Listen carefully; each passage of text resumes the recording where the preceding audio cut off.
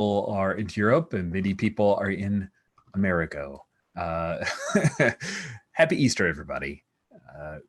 And also welcome to our soft apocalypse, as it were. Goblinville is the game that we're playing. This will be our second session. This Goblinville was a game that came out in from Kickstarter last year. It was a zine quest thing created by Narrative Designs, I believe is the name of the company. Main game designer is Michael Don O'Connor, and we made goblins, talked about our Goblinville, the place where they live, last session. This session we will pick up in the middle of the Lost Patrol. The Lost Patrol is a little adventure you can find in one of the Goblinville supplements called Monsters and Mazes. But one thing I neglected to do last session that I want to make sure that we highlight here is we do have some safety tools at work. So I'm going to do a little bit of screen share to kind of off the top talk about that. And then we'll circle around and have everybody introduce themselves and their characters. So we're using two primary safety tools and one tool for communication. So we'll start with CATS, which is concept, aim, tone, and subject matter. Goblinville is a tabletop RPG about broke goblins traveling to dangerous and fantastical places to find treasure and make rent. Imagine if Lord of the Rings had the hobbits needing to bring back treasure for Hobbiton to survive. Our aim is that it's the story of plucky little folks who struggle against often uncharitable outside world to improve their home. The tone is an equal mix of grim and humorous, with the humor rising from the goblins' ignorance, not stupidity, and inexperience, along with their curiosity. So if things get gonzo or too silly, we'll just take a break and get the sillies out and move on. Some examples for tone are Kippo and the Age of Wonder Beasts, The Secret World of Ariete, Willow, and the Box Trolls. And a little bit of Time Bandits, although Time Bandits, it's just, there are also bits of Time Bandits that aren't great examples. So pick and choose from that one. Subject matter is that we have a savage outside world with monsters who can and will eat goblins, creatures who look down on goblins or see them as tools or possible slaves, and dangerous magics. Death is possible, sometimes likely. And for our safety, we're using lines and veils and the X card. So now I want to quickly go over our lines. Lines are pieces of content that will not exist in this story. We don't need it. We're storytellers. We can focus and shine a light on whatever we like. And so we have a line against sexual assault, sexual violence, and coercion, cannibalism as a positive, death or endangerment of children, animal abuse. So a line on animal abuse does not mean you can't fight monsters if the monsters are giant animals. That's not abuse. That's survival for your poor goblin. Torture by the PCs. There's a line on that. And then a line on peril to pregnant women. By women, we mean females or creatures that can have babies and infants. We have a veil, meaning content that we're okay if it exists. We just really don't want to focus on it. We have veils on eyeballs, domestic violence, disease, and then we'll draw a shade or fade to black on consensual sex. We have ask first, which means, hey, this is cool, but check in with me before we introduce this content. That's all. We have drug abuse, not the use of drugs, because, hey, we have a Sawbones character, and drug use is pretty much okay, but drug abuse is a thing where we need to check in with someone before we do that. Betrayal between other player characters. If you're going to screw over your buddy, let's check in with them. Let's just make sure that's, hey, this feels like a moment where I'm going to do a thing. Are you cool with that? If not, if that person isn't cool, we find another way. Violent conflict between PCs. I'm jumping ahead just to kind of bunch those two together. So if you're about to have violent conflict, That doesn't mean that the sawbones can't thwack somebody on the head if there's something has to be done to heal them. It means violent conflict where you are seeking to physically harm someone. We have an ask first on torture. So we have a line on torture by the PCs. We have an ask first on torture, which really just means to me, like I'll talk to you guys before you are in a scene where there could be torture. And then suicide. It's an ask first type thing for suicide. We have interests expressed. Hey, we cannot just shut stuff down, but we can actually say, hey, I'm interested in this thing. Those interests are gore, mostly for comedic effect, not really gore for the sake of trying to gross people out, and the possibility of romance, because sometimes little goblins happen, right? And that could be with PCs or NPCs, so we'll keep our eye towards that. Those are all the lines and veils and ask firsts and interested that we have expressed so far, although things can change from game to game. Somebody could say, you know what, I had this whole week dealing with this particular thing. I'd really like to put a veil on it because it's grossing me out or tiring me out. And we may have had a ton of it last session and we just won't have it this session. That's fine. Say, okay. So with all of that on top, we also have the X card, meaning if there's a particularly bothersome event that happens, we're like, whoa, whoa, I know I didn't have a line on that, but it turns out I didn't think we'd even have that happen. So can I X card that? Of course you can. And last thing I'll say about X card, which when you initiate X card, we stop. I check to make sure what it is. I'm not going to make you explain yourself, but I'll excise it from our fiction. But the last thing is, if we introduce something which you think is kind of dicey, but you want to roll with it, you choose. Like, I'm going to try to roll with this. It was a little thing, but I think I'm okay. But then you're like, okay, this is like way more than I anticipated. It's bothersome to me now. You can still X card. You do not you do not lose the ability. Even if it's something that happened right before our break or whatever, you can still X card it. It's totally cool. We're here to build the story together to have fun. And that's most important. Much more important than any canon or fiction that has been established. Now, let's introduce our peoples and our goblins. And then we'll remind ourselves where we were and jump right back into it. Tyler, kick us off. Introduce yourself. Tell us about your goblin. Alrighty. I'm Tyler. I use he, him pronouns. And I'm playing Skarsnik, who also uses he, him pronouns. And he is our Sawbones, our sort of doctor medic that we have with us. He's young adult. He's a roughneck. His boss died, who was Burl, who died of old age, which is fairly rare in the kind of fantasy and goblin society. And it proved to Skarsnik that he must have been a pretty good doctor to have lived so long. But unfortunately, he passed away before he could give Skarsnik all the lessons that he needed to have. So Skarsnik's grasp of medicine is something that he is attempting to get better at and is not fantastic at the moment. He has experience of being indebted to another goblin, Morg, who is an upper class goblin who Skarsnik did not manage to do a very good job of healing one of his loved ones, and feels indebted to him to be able to continue with practice, since that noble didn't, either A, stop him from practicing medicine or thump him on the head.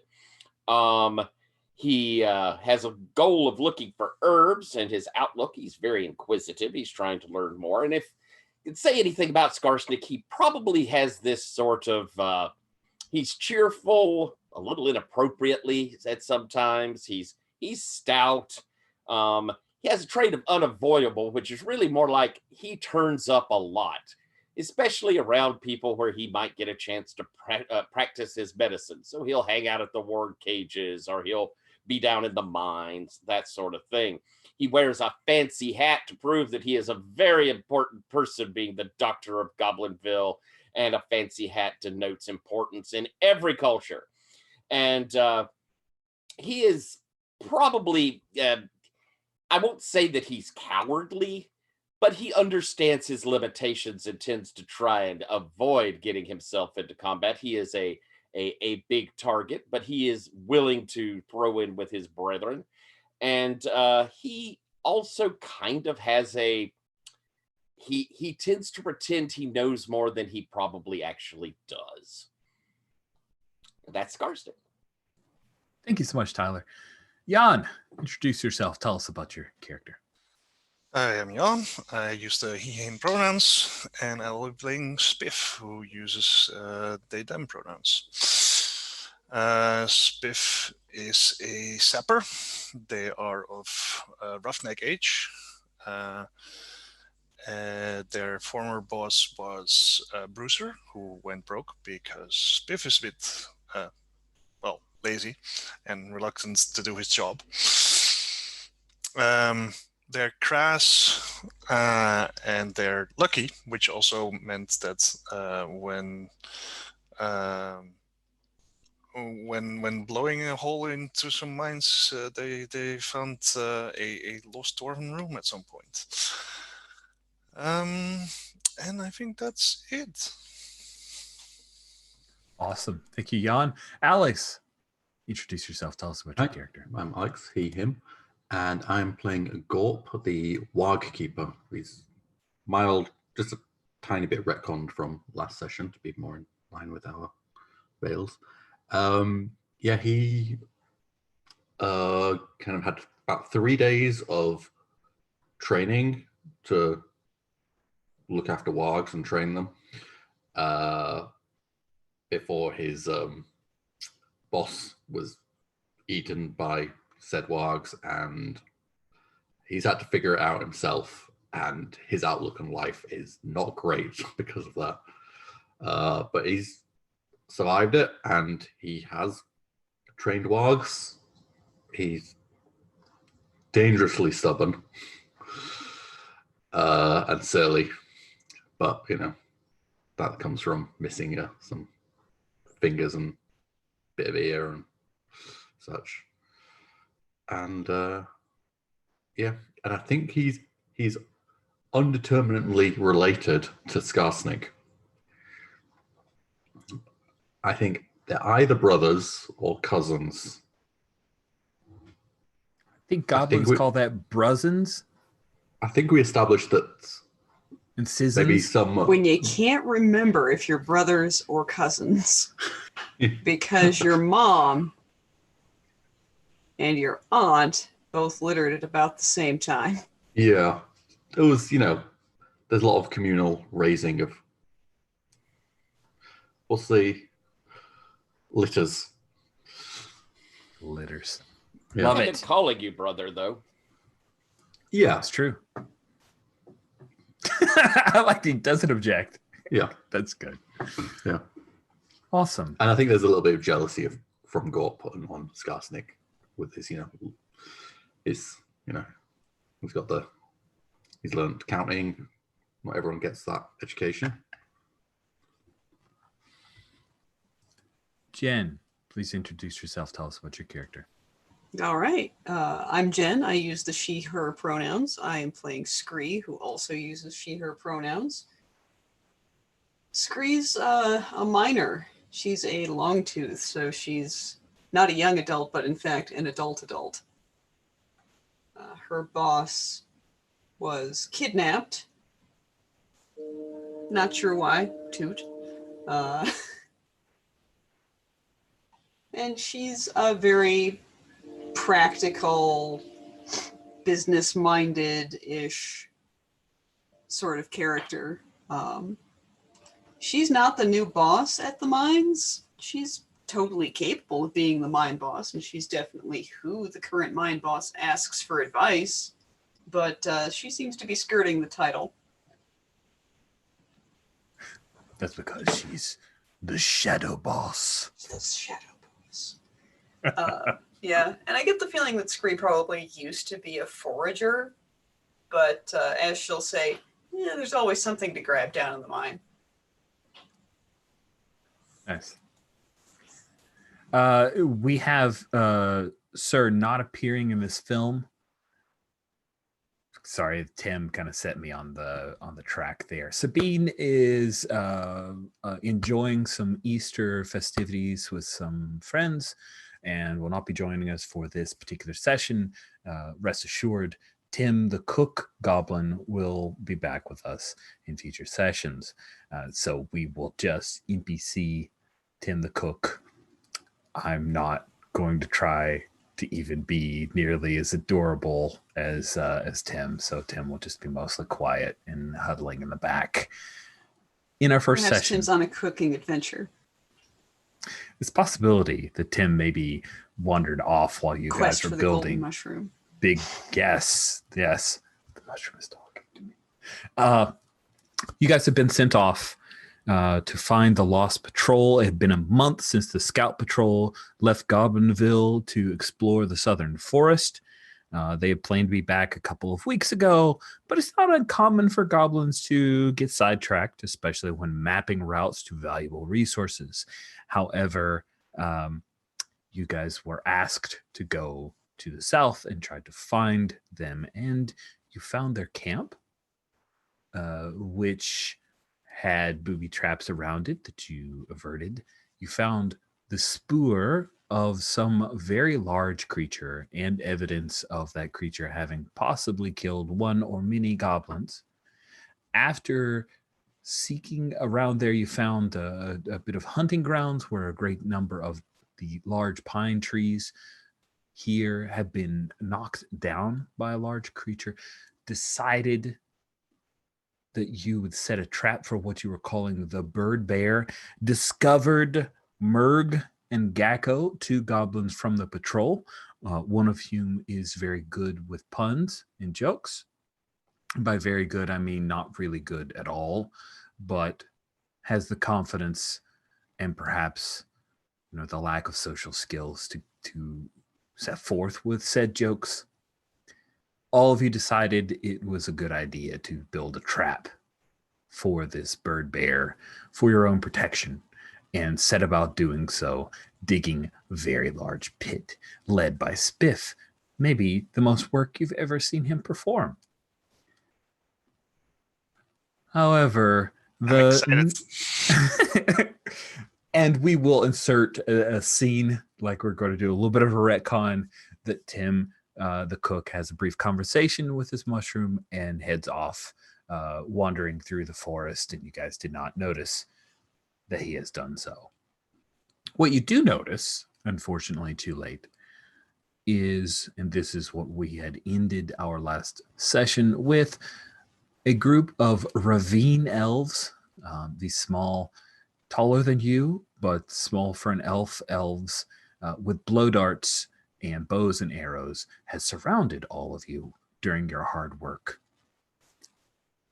And now we pick up with the 6 of you, because Merg and Gacko were also captured, in a little cluster, moving together with the ravine elves, one of them leading you, the others surrounding, moving between the trees.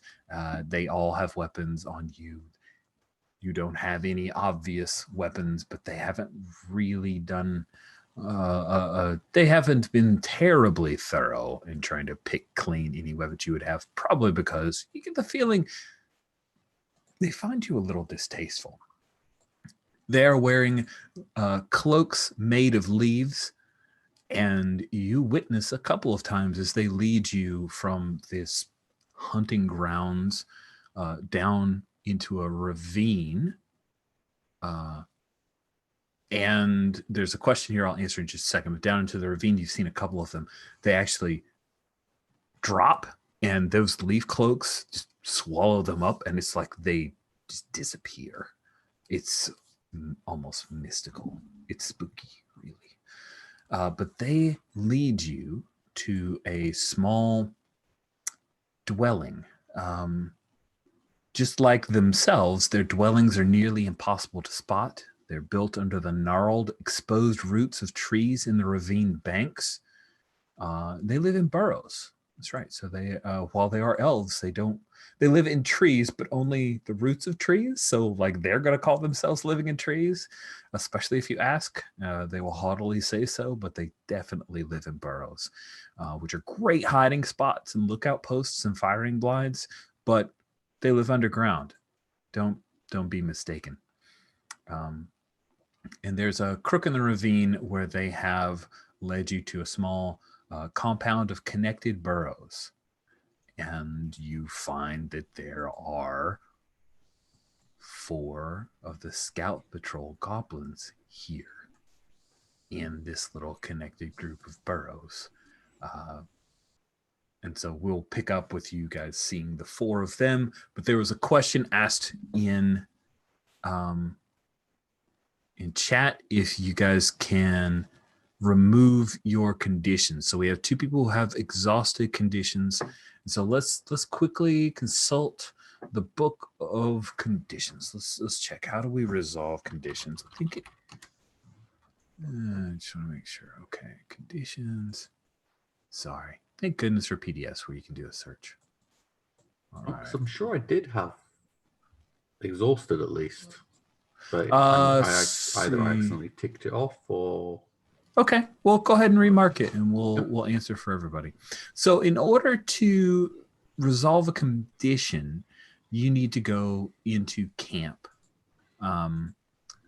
So if you guys want, once you're deposited with these goblins, if you wish to use an action to go to camp, and we kind of mentioned this near the end, but we had a whole lot of different conversations. But yeah, the best way for you to do that is to sleep.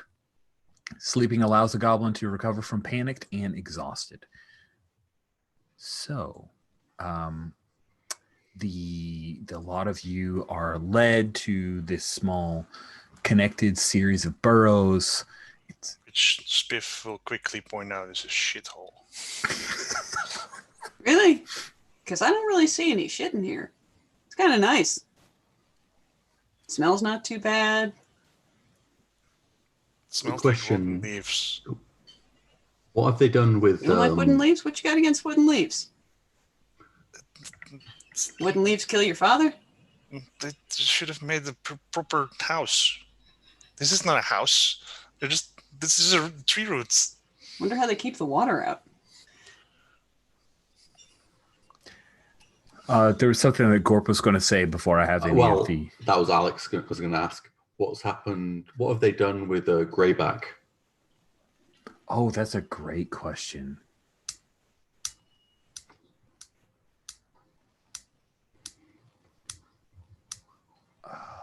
Maybe Greyback's just hanging back because he's like, oh, 6 elves. I don't love Gorp that much. Yeah, are you okay with that? Trail him? Yeah, I kind of see the idea that maybe Gorp, like Tim, had just slipped away and is watching. That seems amiable enough. Like I feel like Greyback's old and smart and is like, well, I'll wait. Yeah. I'll wait for my chance.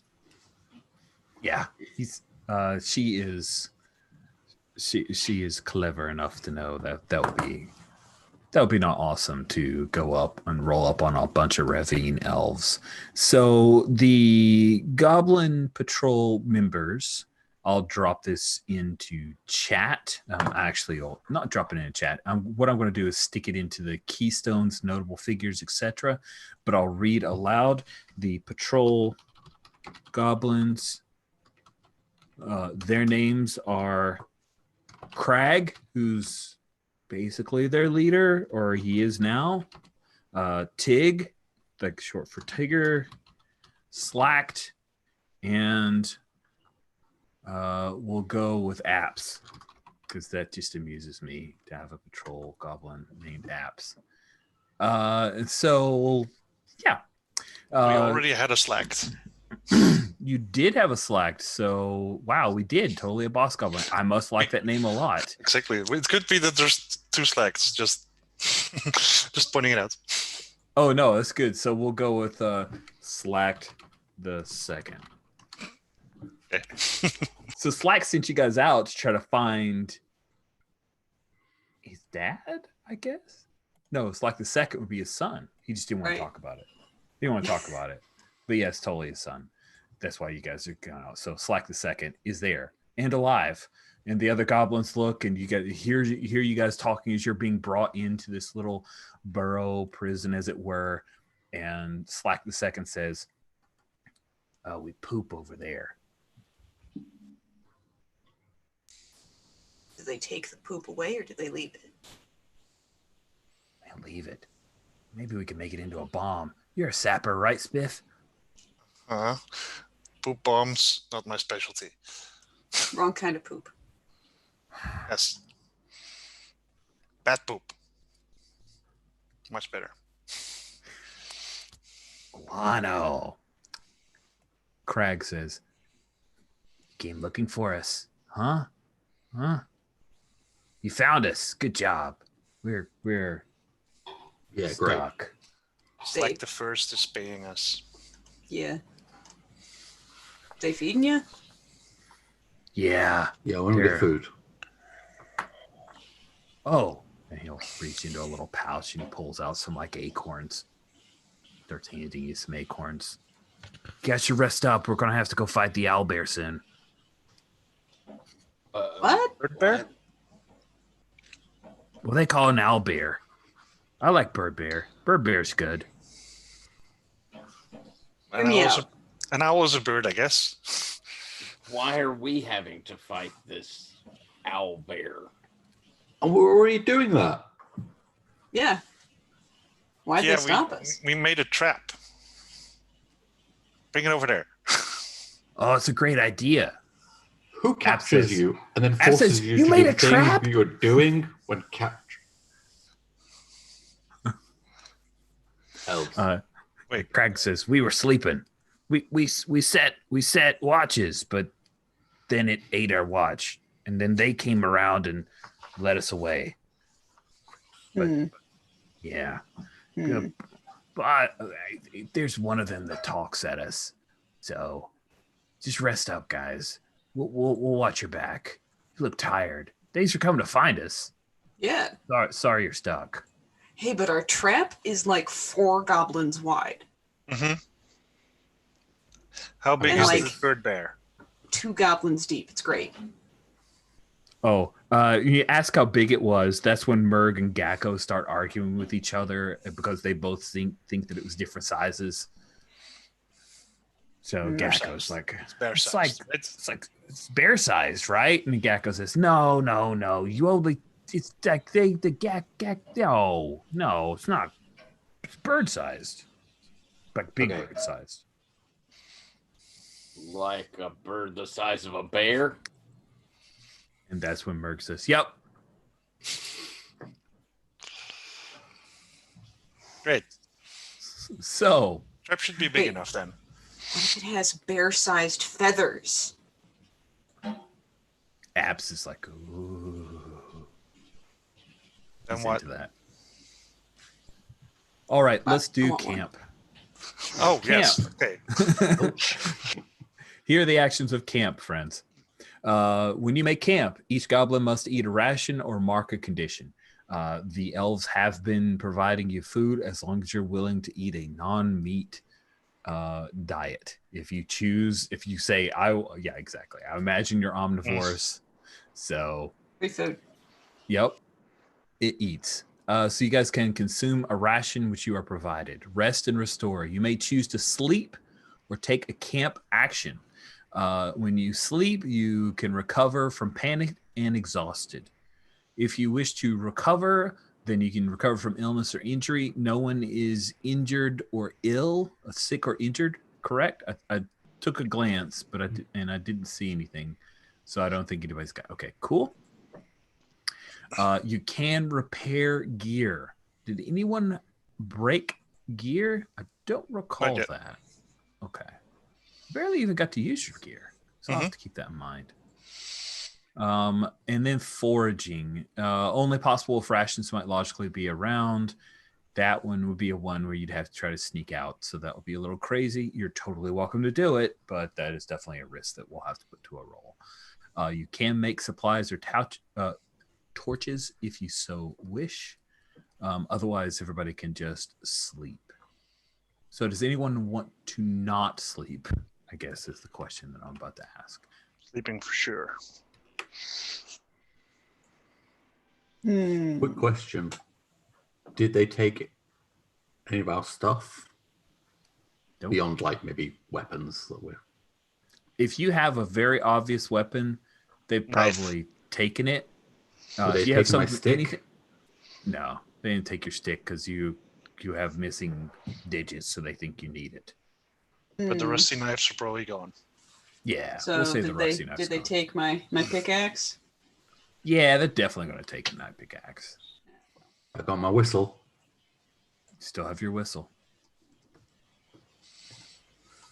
All right. Well, that does in fact negate any shenanigans I thought about getting up to. Oh man, I feel bad now.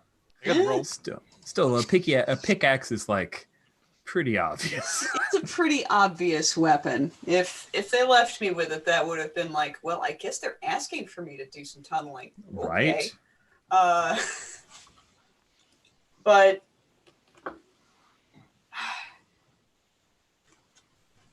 But I will take a little time and just be like mapping out the tunnels that we've been through in my head. And being like, are we? I think Gort just, like, nestles into a corner, puts his feet up, starts, with the acorns we were given. Mm-hmm. Does he have his little pouch of feed? Totally. Why would they take that? Yeah, it'll, like $1, just acorn. He's not offering it to anyone, but I mean, he'll, if somebody asks, he would, like, grudgingly, with some minor complaints, share. Yeah. I might improve the urinal situation with a little bit of extra digging. Just sort of drill things out. With like a burrowed stick, right? And do that. And then maybe after that We're not staying here long enough to need that. You waste me time. It's crazy. It just does that. What was Smith doing? What kind of bedding did they provide us with? There's just sleep on the floor. It's just sleep on the floor. You get acorns, some sweet grass, they call it, and a few not great quality bladders of water. Like the bladders themselves are pretty worn. Like you can tell that the leather's old. They will eventually break down. These are hand-me-downs. But we're in like a rooted burrow. Yes, you're in there are like 4 connected burrows, and there are some of the ravine elves who wait outside. What's the like height of it? Is it like we can stand? Or... Yes, you can easily stand. Yeah. They're about a foot taller than you, and they can stand. Okay. Spiff is going to, like, he's got 20 feet of rope, so he's probably going to string some rope between 2 of the roots, and then takes off his shirt and his hood, and then ties those between and then sort of makes a makeshift hangman. Nice. And goes to sleep in that.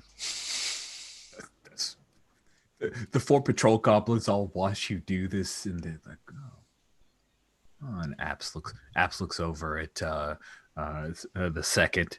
That was a good idea. Apps will definitely take some of the meat or the feed that Gorp has. Asking, do you mind? As he sticks his hand. Just kind of just lift the bag a bit more towards him. Oh, good. Meat. Don't take too much. So you guys can mark off, I assume everyone wants to rest, so please mark off those conditions. We will now figure out new marching order. So I'll wipe everybody out and decolor. And as a reminder, we're doing marching order so that it's not to make people go in a certain order as much as if we don't know who should make the roll, we just go with the next person in the marching order. And so how do we determine marching order? Just a second. We will check the book of armaments. No, we'll check the moves. Let's go with marching order. Gosh, do I love PDFs that have the ability to search. All right, marching order. Okay, let's see here. Oh, sorry, it's earlier in the PDF. All right. The acting player takes their action die from the marching order. Nope, that is not where I take it. Just 2 goblins. Only 2 goblins? No. Turns in light. Marching order. Okay. Huh. The marching order. So everybody rolls initiative. They roll their action die and place them in a line on the adventure tracker. Let's go to roll dice with friends. Yay.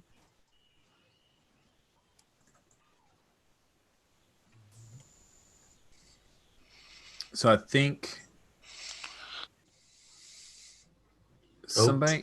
Spiff's roll of 3 is the first of the initiative rolls. Yeah, Okay. I forgot to put my name. So we in. got I a 3, a 2, a 3, and a 3. Yeah, I got 3. That's mine. So it looks like Scree's last again. Dang it, Jen. All right. So roll off between Scarsnick, Dallas Dice Roller, and Spiff.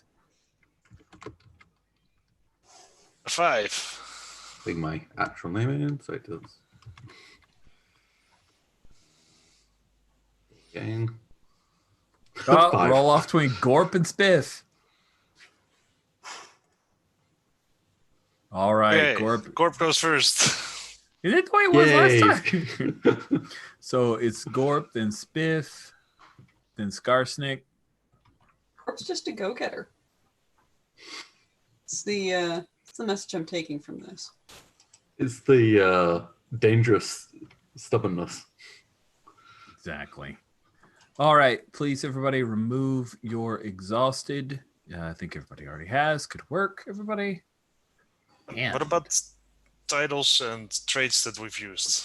Or do oh, I mean, that automatically. those are once per session, so they Okay. should be back. So you can Yeah.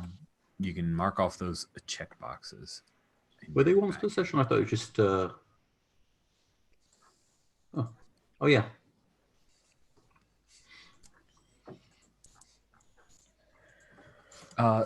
So you guys have worked through the late afternoon into the evening. You end up sleeping early in the morning at the crack of dawn. Not that you hear a rooster or anything, but there is an elf, ravine elf, who comes and stands.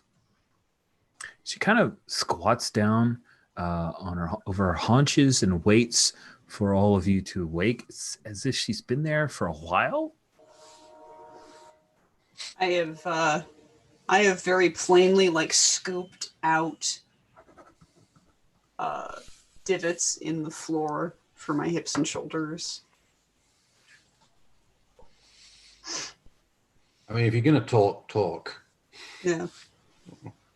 Without moving. Yeah, Spiff is awake, but he's staying in his hammock.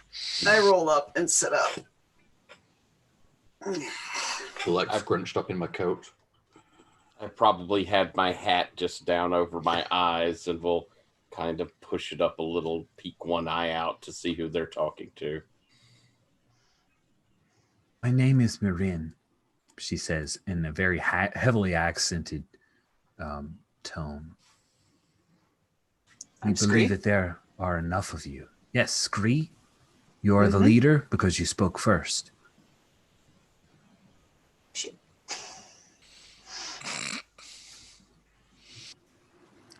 That's a dumb rule. Is that not how? That is why I am speaking. I am the leader of the Ravinels. You are? Yes. You sure? Positive. I think someone else already talked before you did. They told us to go in here. So they must be the leader. This is a mutiny?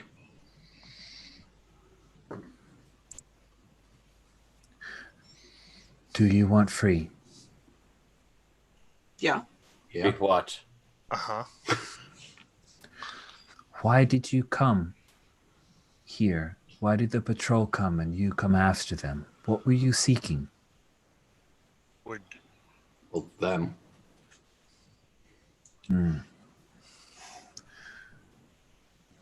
We will let you free and we will provide you with as much wood as you can carry.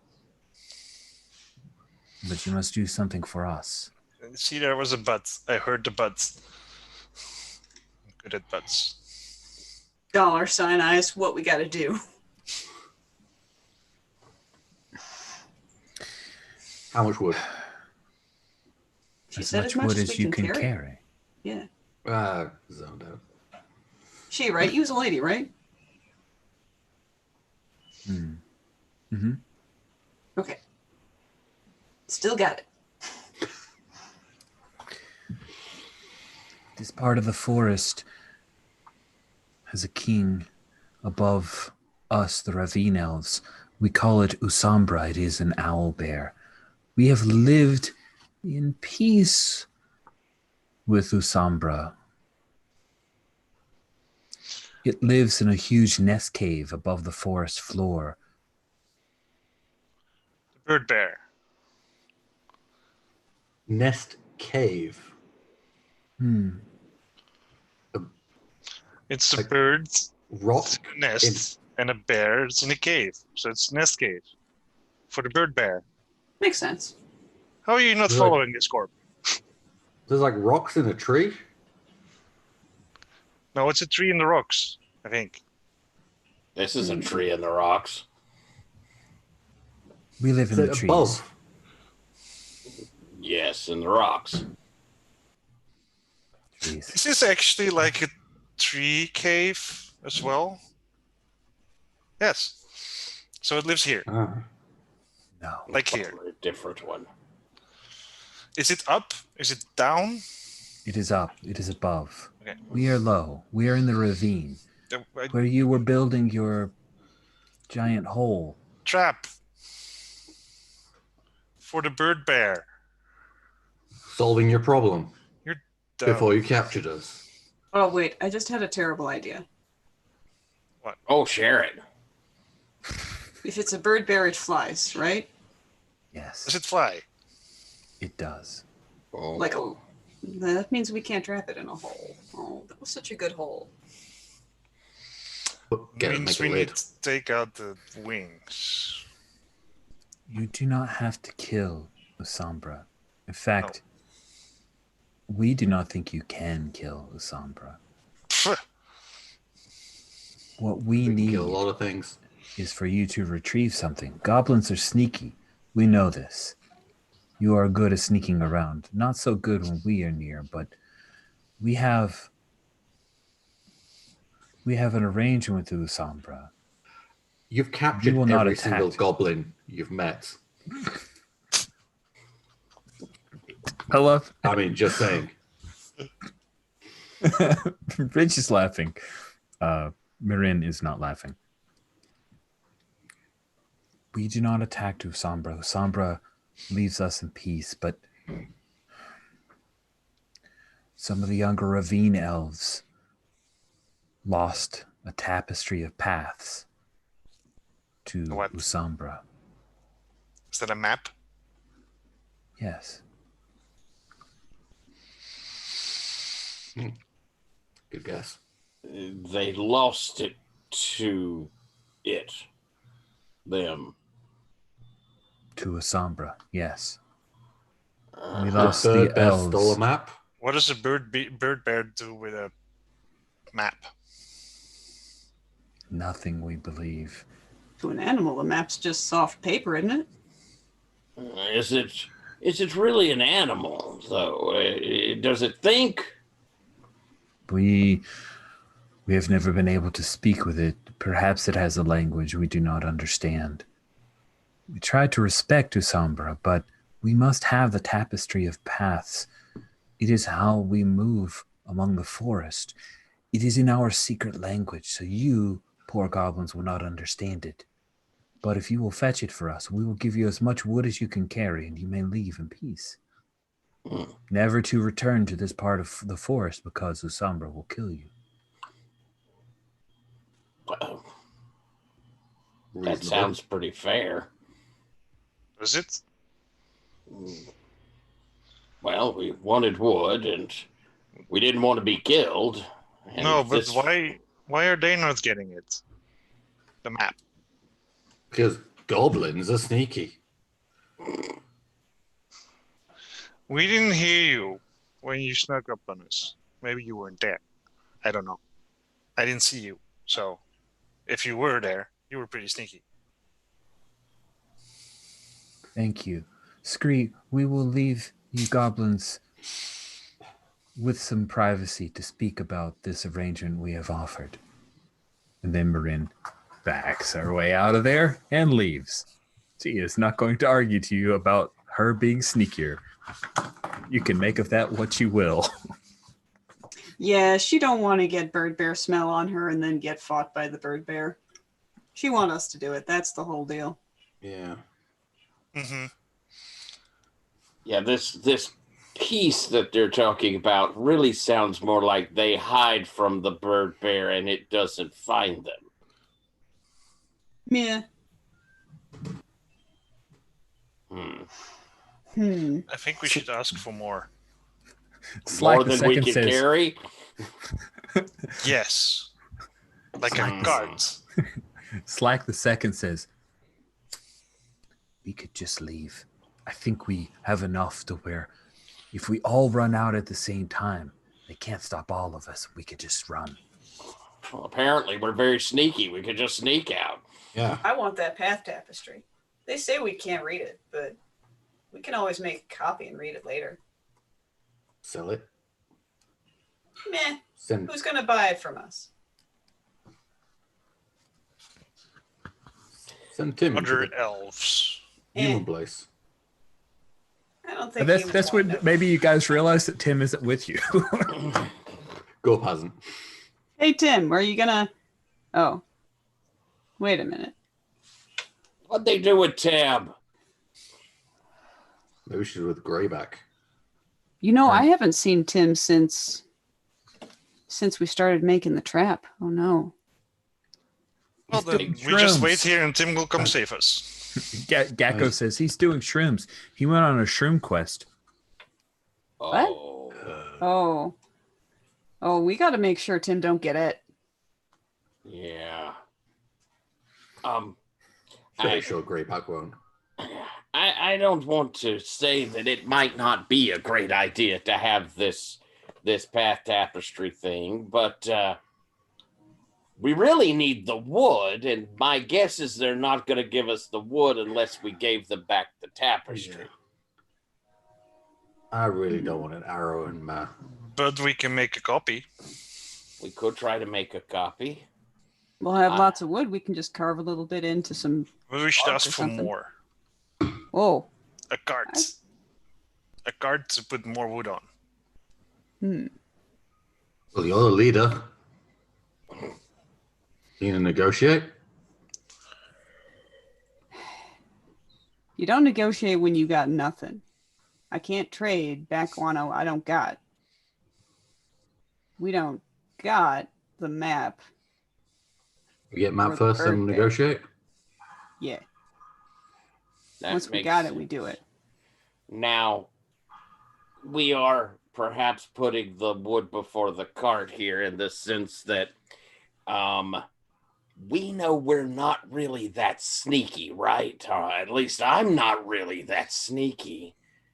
You're the least sneaky. Thank you, yes. How do we intend to get this map back? Trap a bird bear. Then go into the lair. Mm-hmm. That's Keep it occupied? I mean, distraction. keeping a bird bear occupied for a bit is easier than killing it? Yes. I mean, Yeah. gonna take a different kind of trap for that bird bear if it can fly, though. A net. A net. Make a net from a rope, and You can't make it from that much rope. Spiff jumps out of their hammock and starts detaching the rope. I was thinking a tree spring or something. You know, where you take a young tree and you bend it, right? And it goes meh. But the tree wants to stand, so you let go of it and go snap. Yeah. That's a good idea. You think it's faster than a wog? I think it's Bird bear bigger or than a tree worm. snap. Ooh, yeah. A bird bear. It probably flies faster than the warg runs, but I bet Sticks you the undergrowth. Right. Oh, and we saw the tracks, right? Mhm. There were the tracks in the ground, and then they went away. Mm-hmm. That's why they went away. Started flying. Yeah. Craig says, "Yeah, it flies. It took away 2 of ours. Probably dead." You weren't riding a wog. Probably. Hmm. Ew. Well, Gorp, you could ride the warg to distract the bird bear while we, and by we I mean they, go in and get this map. Abs Did is I all for suggest that. this? Abs says, "Yeah, you're the decoy." She's pretty excited about this opportunity. Or no, I see. Yeah, we'll say Tig. Tig will be excited about the opportunity. She says, "Yeah, you should be the decoy. Decoys are good." I hate you. Fine. Nice. We know. So it sounds like you guys are going to accept this offer, this gracious offer from the Ravine Elves, Marin. Yeah. Hold on, guys. I got one more thought. So, Spiff, we got to make a new trap. Right? Another trap. Another trap. Not just new. The old one is still good. The old one is still good. We got to use it for something. We make a new trap. Gorp, he distracts the bird bear, and the bird bear chases him. But Gorp leads the bird bear to the trap. Yes. While the rest of us, we look in the nest for that tapestry map thing. In a tree. In the tree. Tree cave. How are we going to climb that tree? Rope. They, That's for the trap. You got to do use the rope. these elves mean a hole in the tree? Do they not understand that trees have holes that aren't caves? Elves. I mean, this is a bird bear. We don't know what they're doing. Well, they said something about an owl, and an owl lives in holes in trees. I think that's where Apps will throw in. Elves always live in trees. I think they're just lying.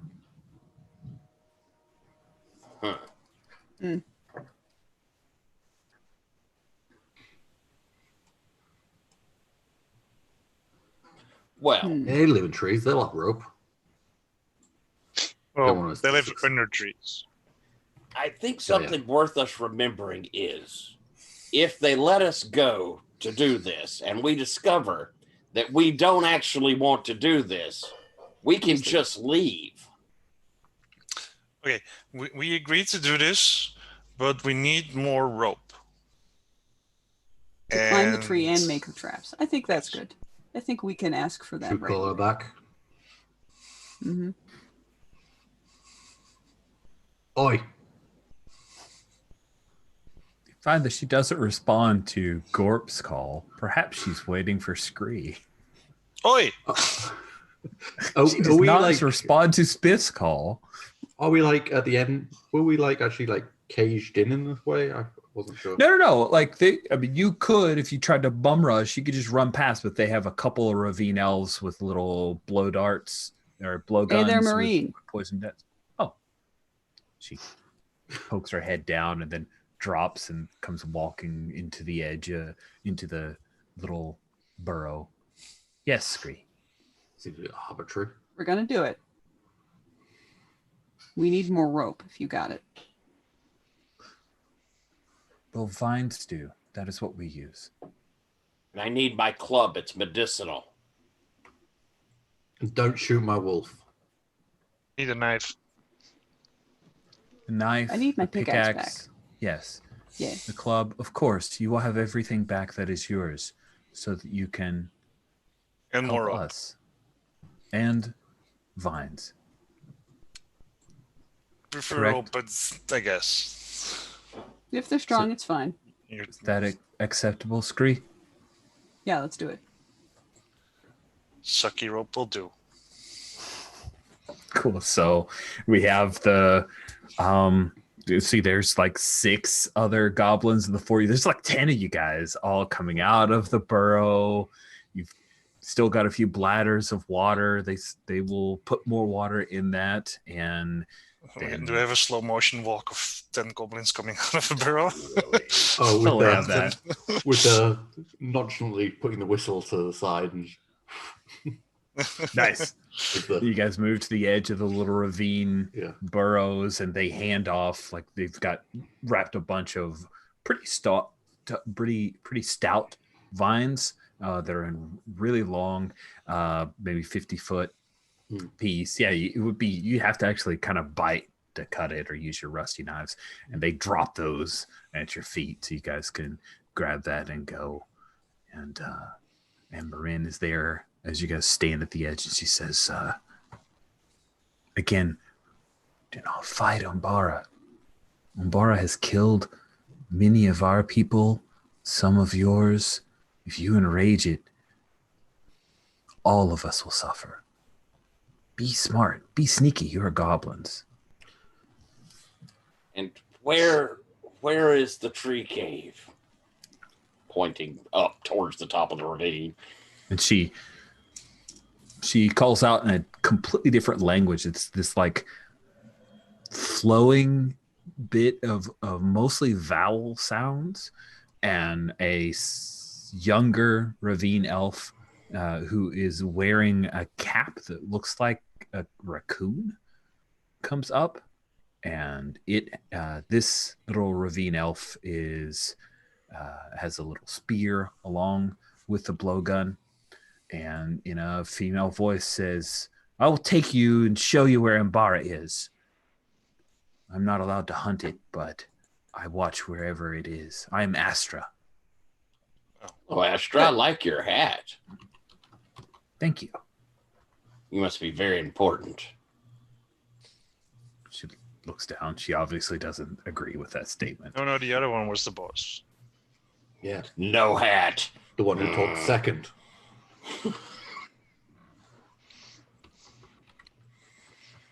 Oh, Are all you 10 next of in you. the pecking order, Astra? Oh no, I am very, very low. But you Oh, talk Are you allowed to talk? after. I'm allowed to talk to you and help. Good. I think what you're doing is very brave. you're coming with us, Astra. I'll put my arm kind of around her. You're pretty brave too. She seems to take 10 some goblins. encouragement from that. And she says, the other ravine elves think I am weird because I eat meat and hunt animals. But I learned about this. I spoke with your goblin friend. He is trying to find a golden mushroom. He's okay. Tim. Oh, Him. when'd you see Tim? Over when you were sleeping. Oh, okay. Phew. Good. I helped him find a bush that he could sleep in without being in danger. He'll be okay. It's very nice of you, Astra. Yeah. You're okay. Thank you. So Last she- one. We'll have Way like back. a little... Lopin. Yeah, because she blew the whistle, right? So Yeah. Greyback comes loping up, and Astra is super nervous when a giant wolf shows up, so she will kind of hide behind you for a second, Skarsnik. What do you do, Skarsnik, about that? Don't worry. That's well, maybe worry a little, but that's Greyback. She's Greyback's harmless. I say, kind of itch my ear where there's like Wow. a mark out. You're gonna be fine. Don't worry. Okay. There's a pretty wolf. Really? I mean, yeah. Hey, Corp. Did Greyback ever eat elf? I mean, Greyback was there before me, so 50-50.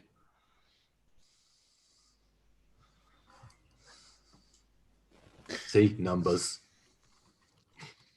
Gesturing, Skarsnik. Very good. 50 is a nice big one. All right. So I think first we got to find a spot for the trap, and then we got to go make it. Then we got to find the bird bear. What would piss off a bird bear? A Cat. Astra. Elf. Yes, I was just waiting to see if people were going to make wild guesses. So just so you guys have a sense of place. This is the ravine, and here are where the ravine elves live in the roots of this really huge tree that's up against this kind of part of the cliff. So they're in burrows here, and this path right here is where Astra is leading you guys up, and we'll just say that the hole that you dug is right here by number 2. So these are as I called it, the hunting grounds. She points out this nest cave, and once it's been pointed out, you're able to, it was so high up that it was hard to pick out, but it's one of those, once you see it, you can't unsee it. like a cave made from branches. Yeah, it's like, this is part of a small mountain, but yeah, there's a weird cave up here, and there are a bunch of sticks and branches and feathers and all kinds of stuff. So Umbara, if it is up there, can just easily see everything beneath, which makes hiding from it pretty tough. But you guys are sneaky goblins. So you'd asked, what could you use to attract it or get its attention? I said piss it off. Astra says, Umbara responds to loud sounds. Umbara might be part bird, but I think that its vision is not as good anymore. It is old.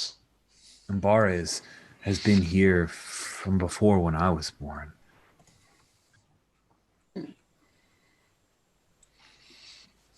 When were you born? Right.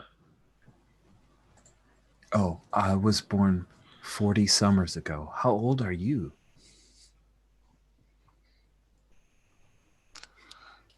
This is where we have to sort of go, like, wait, how old are goblins getting in this? Yeah. Yeah, we actually don't like You how, introduced it. I just rolled with it. I'm cool with whatever but answer now you we give. gotta- Are we kind of following like a human life cycle, but Let's say with probably short brutal lives, slightly or- shorter. I mean, that's the thing. How many goblins live to old age? Yeah. That's Well, the like, how question. long does it take for like, us to get to adulthood? So, right, animals that can live for 30 years in a domestic situation, but typically live about 6 to 8 out in the wild, right? Is that us? I was imagining Burl at like 60, which Okay. was a very old goblin. Okay, so generally human age. Now, how quick do you think a goblin takes to reach adolescence? Like, how long are they a child? Yeah, how long is it before you years? become a long tooth? I mean, like, to get to adulthood, maybe 10 years? Is that too little? Yeah, I'd say probably 12 or 13 makes a Yeah. decent Yeah. roughneck. I mean, some of it we can certainly say is biological, but I feel like a lot of it's also pretty social. Yeah. So pretty much medieval human. Right. Yeah. It's Right. like a history game, Tyler. Are you having more fun? I am. I'm hopping right in. I knew it. So Screw's probably like 30, 32. You're ancient. So fucking old. Crazy. No wonder you're the shadow boss. Yep. You're old and smart. I just know But all what the we- stuff, but I'm not so old that I'm tired all the time. Okay, so us roughnecks, what do you think that range is? Is that like 13 to mid Like 20s? 25-ish. So, hey, is a I feel like some green of is a the- green ear pre-adolescent? Like, is that Oh, maybe the that's little the- bit? Probably. Greenier's probably like 10 to 12, I'd say. Maybe 9 to 12. Yeah. Like Greener you're sounds just old teenagery. enough to be sent out on chores that are slightly dangerous. Yeah. So, yeah, so 13 to mid 20s is the. Yeah, okay. Then I'll probably be about 16. That seems about right for occasionally inspired to work really hard, but mostly lazy. Yeah, I like that. And then long tooth is anything in the 20s to 40s. Anything more than 40 is a gray beard. Yeah. Says the guy who's more than 40. God, that hurts, but okay. Definitely got the gray beard. Offered with the respect. Oh, I'm trying to think. Well, actually, if we're in the similar litters, we need to. Me and Skarsnik have to. Right. Yeah, it'd be the same age. I'm open to any. I was thinking about, in the mid 20s is what I was Yeah. thinking. That makes sense since you did a pretty long tutorship with. So, but you just Gorp, did you bounce around through several jobs or something before you? No, I mean, settled I on think that? I think I've been the Warkeeper for a while now. You just It's didn't get much training. I just when did it not happened. get. I got like. Okay. Your I start got like was the. rough. They're learning here's on how the to clean out job. the cages. Here's how to how to keep them locked. Here's what they eat. We'll get to the hard stuff. And next week we haven't got half a week. It's the best Yeah. worst thing. Awesome. And I think you guys are doing that. And Astra, she says, I don't think Umbara can see very well anymore, but it can hear well. So noises are the best way. Beating on trees is how I have tried to lure Umbara so the patrols can move. See, the tapestry was in the belt of one of my cousins, and that is why Umbara has it. I don't think Umbara he's dead. needs. Yes. Sorry about that. It sucks to lose a cousin. Not fun. I think this makes a little clear what they mean by peace with Umbara. Mm-hmm.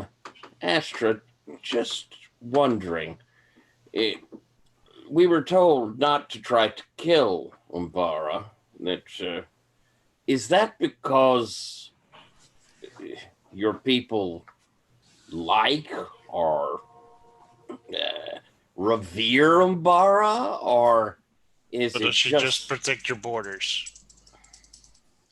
She stops, kind of looks over her shoulders, peers around for a little bit, and she says,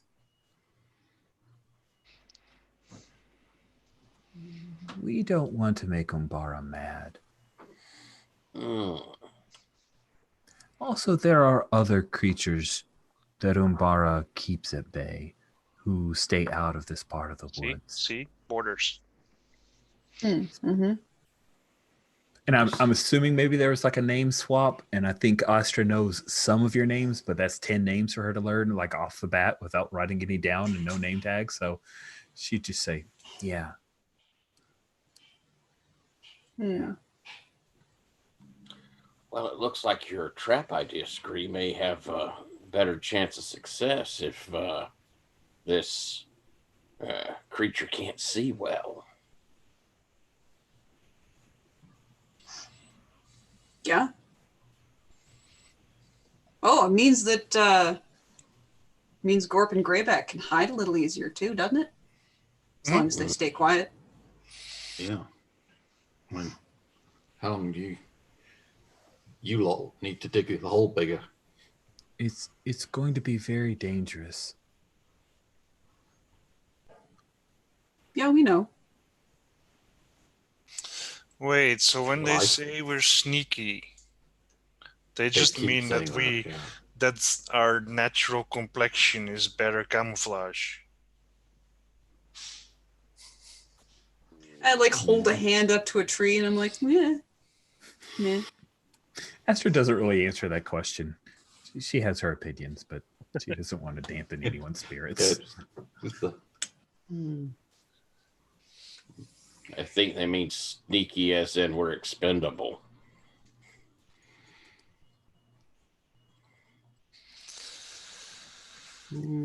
Also that. Astra seems to agree with that, but doesn't do so out loud. Gakko thinks that's funny, though. Gakko will definitely laugh. Gakko has that level of rough humor. We're expendable. There are 10 of us. I give us 6 out of 10. Like you're saying 4 of us are going to die? Yeah. but I'm not gonna be one of the 4. Just like shrug, like, yeah. All right. Well, I suppose step 1. Scree, what was step 1? Step 1. Hmm. We got to work on the trap and make it so that some of the trap will work on him even if you fly away, right? Well, we can use the old trap, Right. but we have to add stuff to it so that we can cover it. Tangle up those wings and cover it. Yeah. And we cover the trap so that Gorp and Greymane have some place to hide, right? Or do we want the owlbear to go in the trap? Of course, in the trap. A Of little course, hole you for put me. it in the trap. Sorry, you keep saying that too fast. Of course, we put it in the trap. Okay. That's what traps are for. Yeah, fair. So we gotta find the trap, fix it. Make You it are hide as our guide to the bird bear, so that's gonna be fine.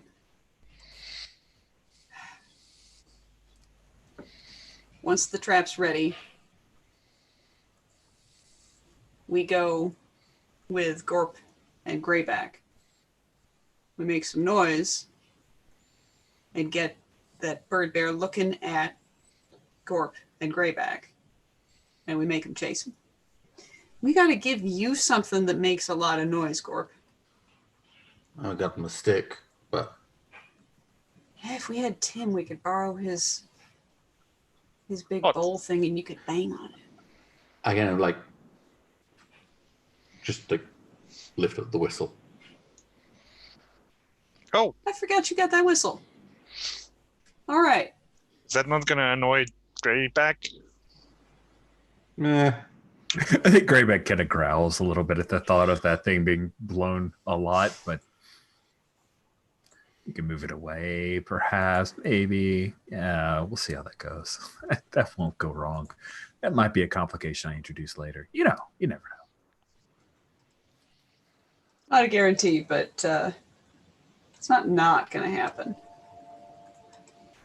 So, yeah. And so once it's chasing Gorp, we've got to get in that nest and find that map. Simple as that. Yes. It leads to the hole. It gets stuck in the hole. Yep. Then you go hide or come back to us. And we I'll all stay. escape probably whatever best way Astra says we do once we find the map. I'll stay with the trap to make sure it works well.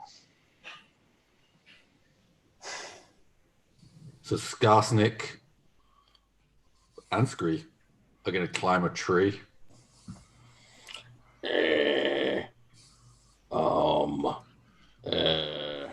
I don't know how good I'm going to be at climbing a tree. Skarsnik, you stay with Spiff.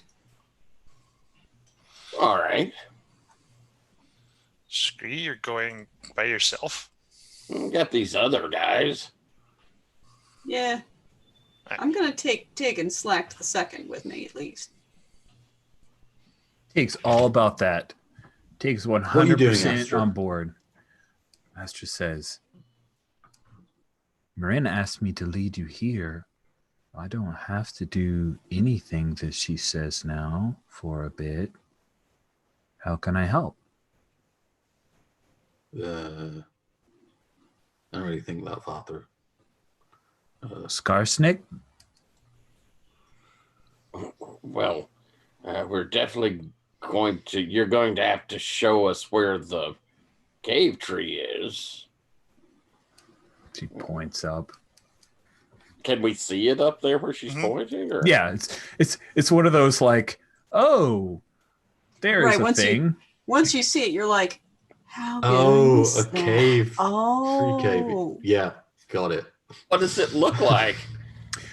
So it's the cave itself is pretty high up on this small mountain at the edge of this clearing. So you can see the cave mouth, but as you look closer, you can see the little fingers of branches that have been set up. Evidently, there's probably more back into the cave, but the front of it is covered with a bunch of branches and detritus and the like to make it into something like a nest.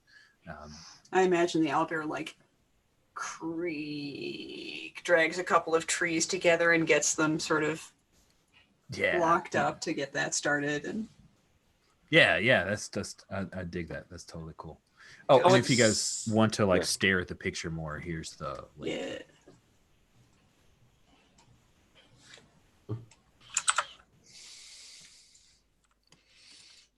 And how accessible does it look? I mean, how hard is it going to be to climb it? Well, there's enough of a foothills that you can get most of the way up just by walking, but then you're going to have to climb, and there will be some risk involved in that. Yeah. And you've got to do it quickly, right? Because you're distracting an owlbear to make sure that it's not home in its nest. So it feels like we've got two different action rolls that are going on. One will make the second action roll easier or harder. You know, the twist will be obvious to us once we understand how Corp is doing. Yeah. It feels Could we like have a quick bio soon? Yeah, I just want to set all this up before we go into that because that's going to take a while. But yeah, I totally agree. Let's take a break. Do we want to take a break here and we'll just reset everything back up? So we know now what have action our rolls are kind going. of plan who's going to go first, which works with our marching order quite well. I know, right? Way to roll well. Cool. So let's go ahead. It's 23 after. Let's take like 10 minutes. Nice, healthy break. And we'll see you guys a little bit after the half past. All right.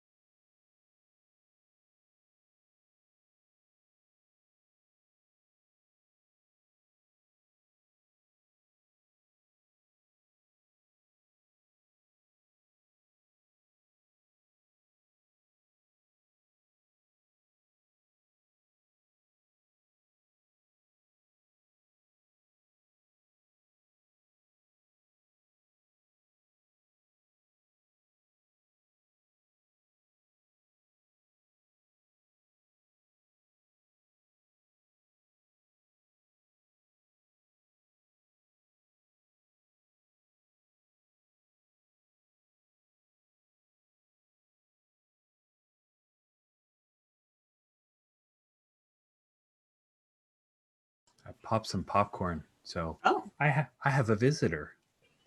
Oh, Beaker is a huge fan of popcorn. that's real cute.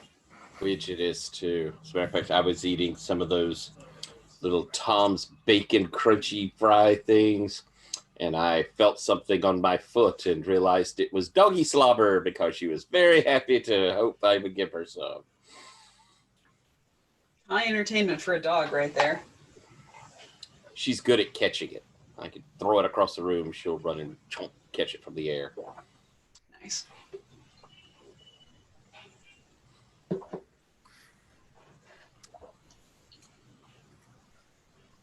It's like it has it's still snowing like gangbusters. Like crazy snow.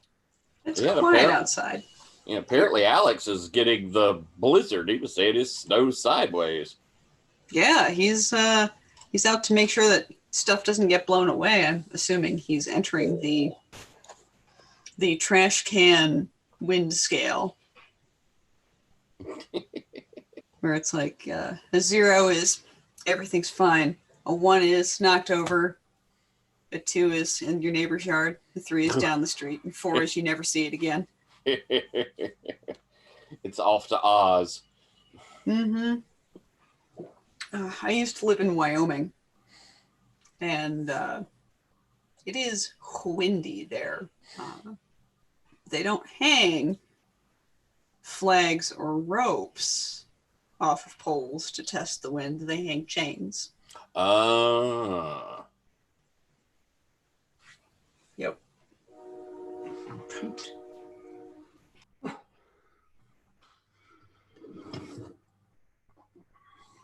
Everything good, Alex? Yeah, just had to move some outdoor furniture stuff into the garage so it didn't get blown away. It's okay now. It's not crazy windy now, but it was earlier, and it's supposed to get pretty crazy during the night, so didn't want our barbecue blowing away. And to want to keep that. Yeah. Yeah.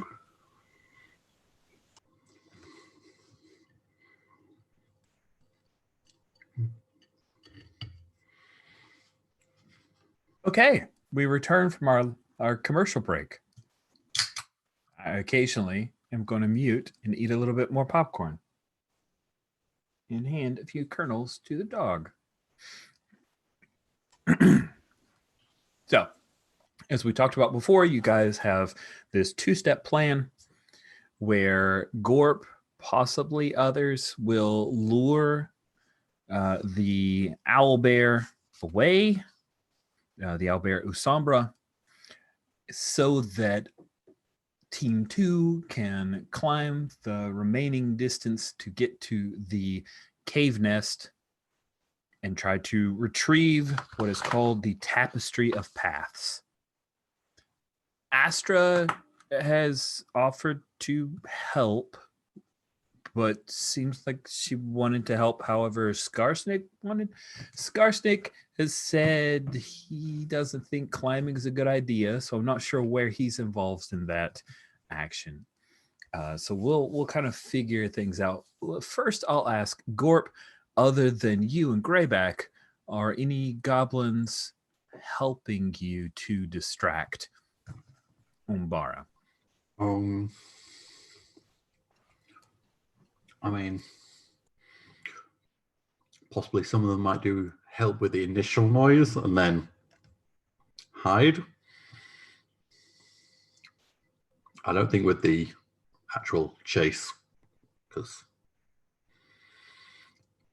I wouldn't want to be the ones who are just running on foot.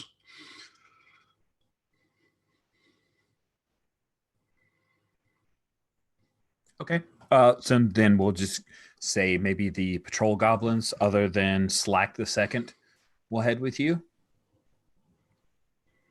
Yep. Work? Any Spiff and Scree, are you guys on the cave nest infiltration leg of this journey?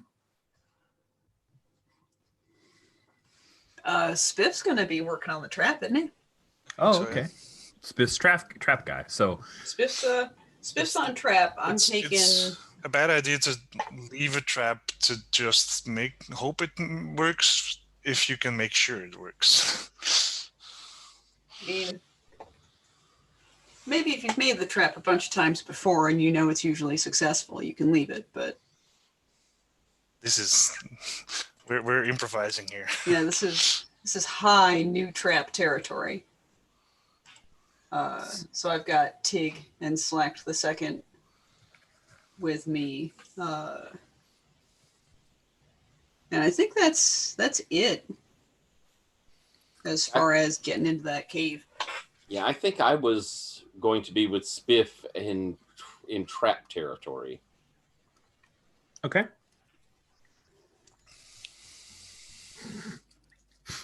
The aerodynamics of a kernel popcorn, a popped popcorn, does not make sense to my dog at all. Like I toss it and he goes, I think it's going to go really far away, and then it just lands right by him, and then he circles around a couple times. It's like, how did it get there? I'm only 10 months old. I'm not very good with this popcorn stuff, Dad. Better than Cable. You're not wrong. Cable's pretty terrible nowadays. Gorp, you will be making an action roll.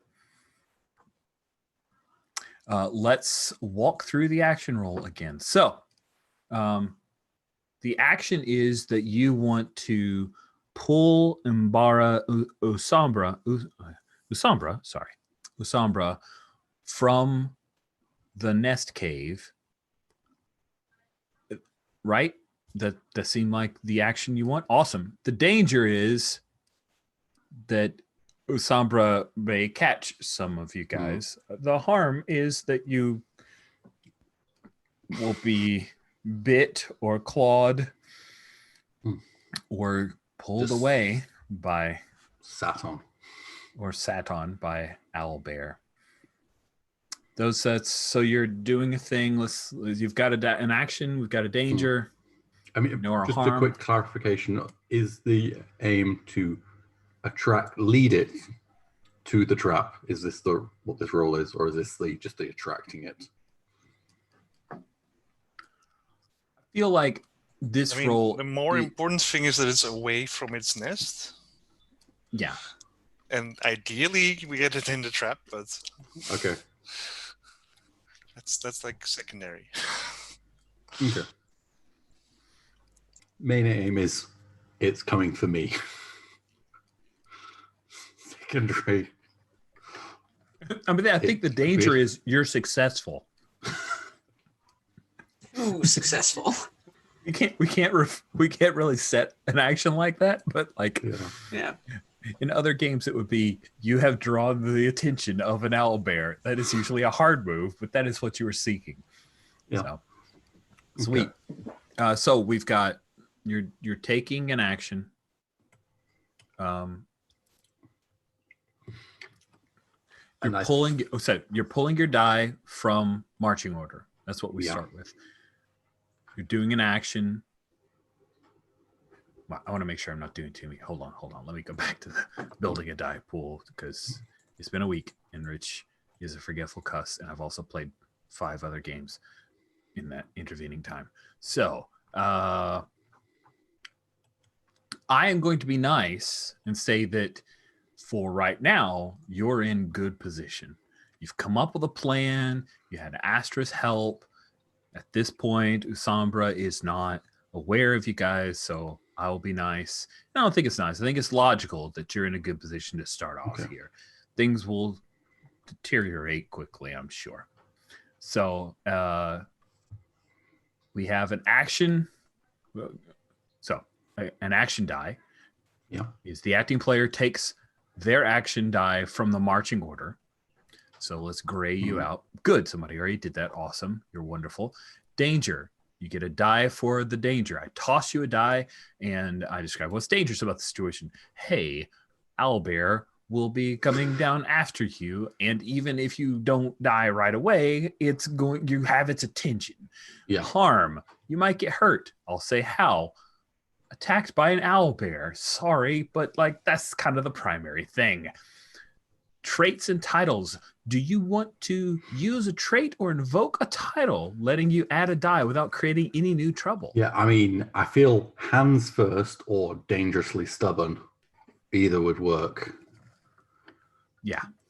I'm thinking I'm going to go hands first. Because... Check that off. There we go. Is it possible to add a title and a trait? No, you just get... Oh, wait. So I'm up to 4. One trait and one title can be used on a single roll for a total of 2 extra dice. Good question. Oh. I'll stick with the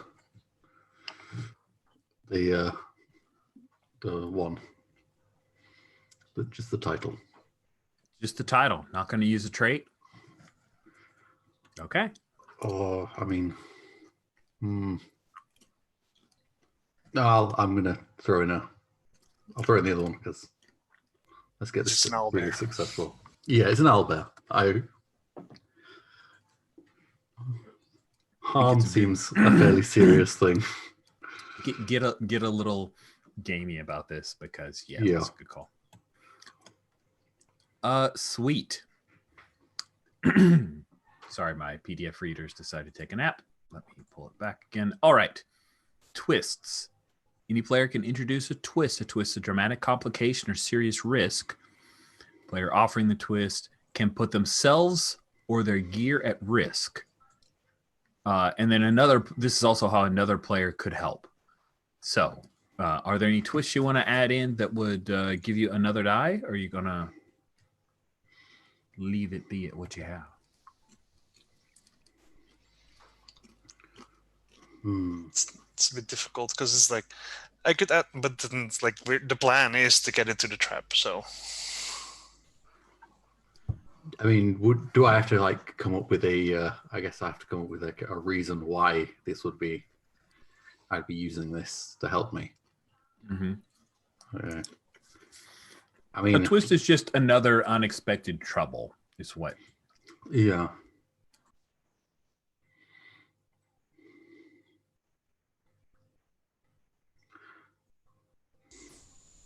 I'm trying to think of a way that the Wog Whistle could be put at risk.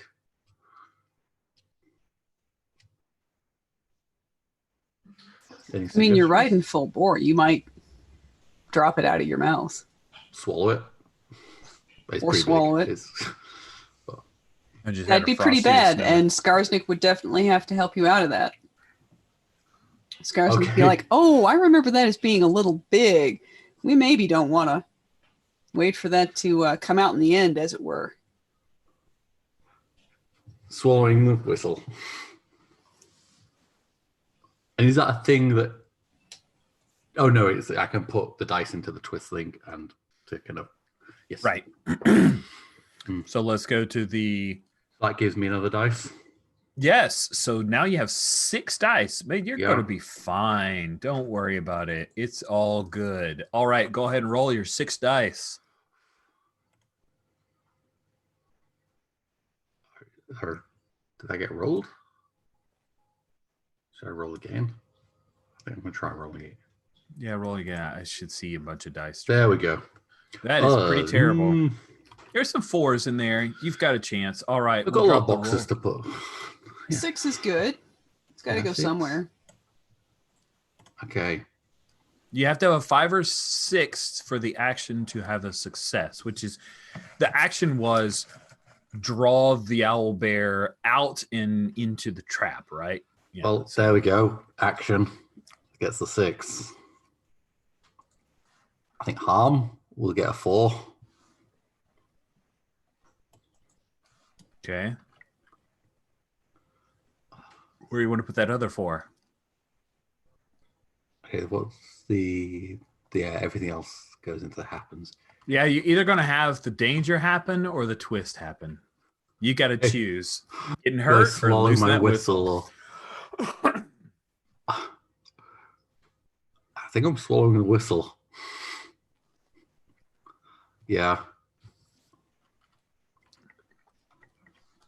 That whistle gets swallowed. You start off with blowing the whistle, which makes Greyback not terribly happy with you. We see the owl bear with Scree and a couple of Scree's assistants following, skulking up to the point where you're about to have to climb up, and the owl bear appears, and it's so big. It is so much bigger than you. This thing weighs nearly a ton. When the wings spread out for a moment, it blots out the sun from your view, it seems like. Takes off and swoops down with a grace that no bear should ever have.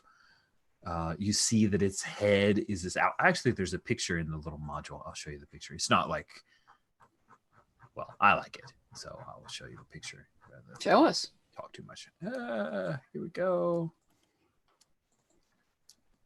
So it has its upper body has the owl wings and then a giant head, and then its bear legs, its back legs, the hind legs are actually like a cross between bear, but it appears that it may be able to grasp things, which is how it was able to pick people up and snatch them away.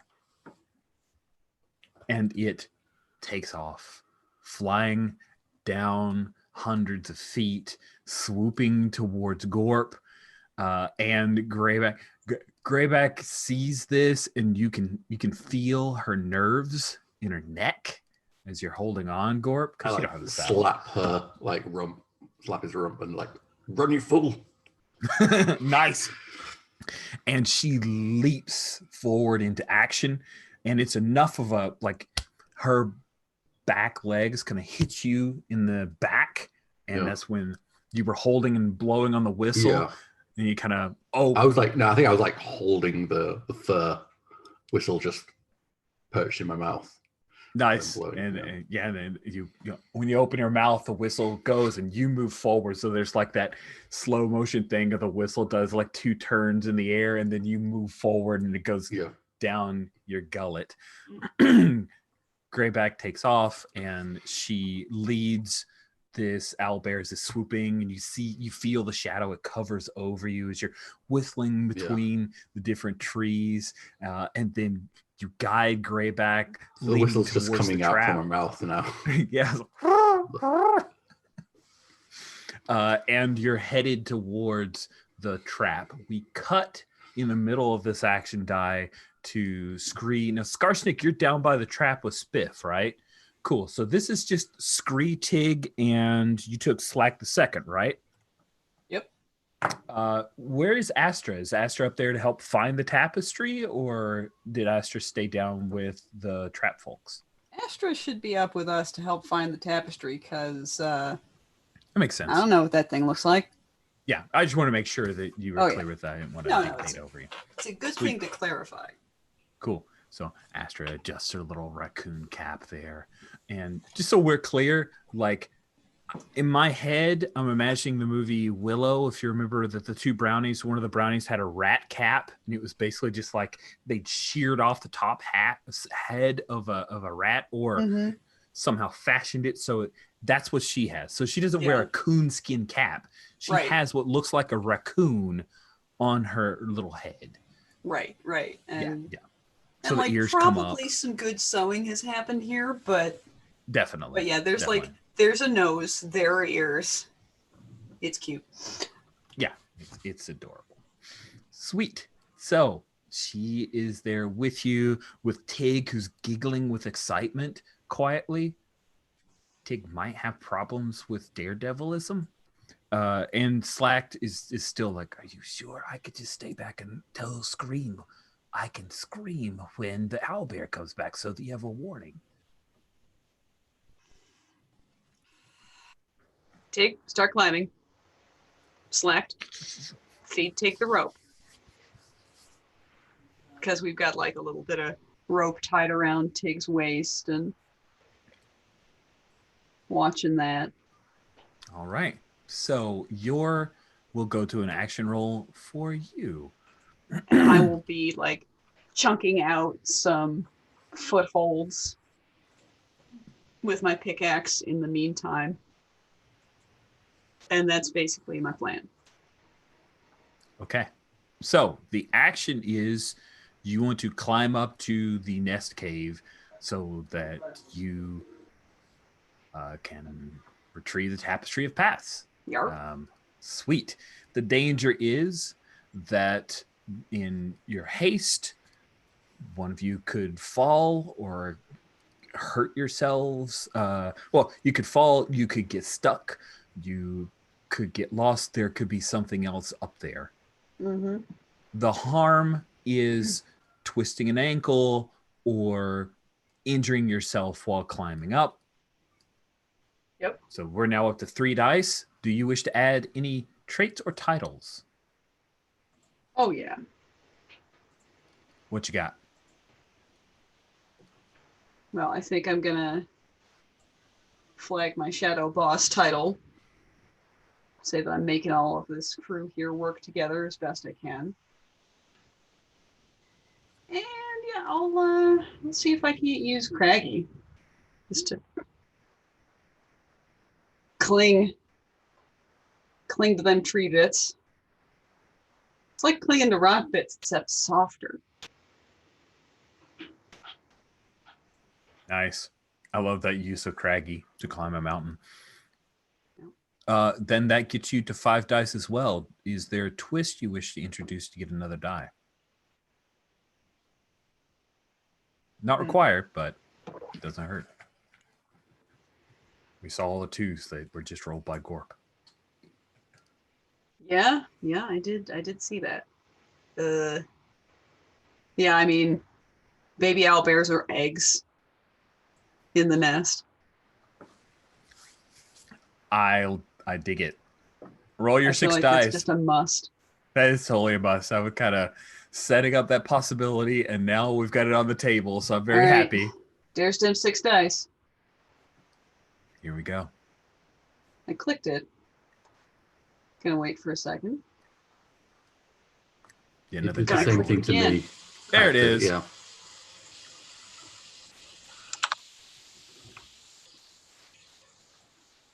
That's much better. That's a damn good roll. All right.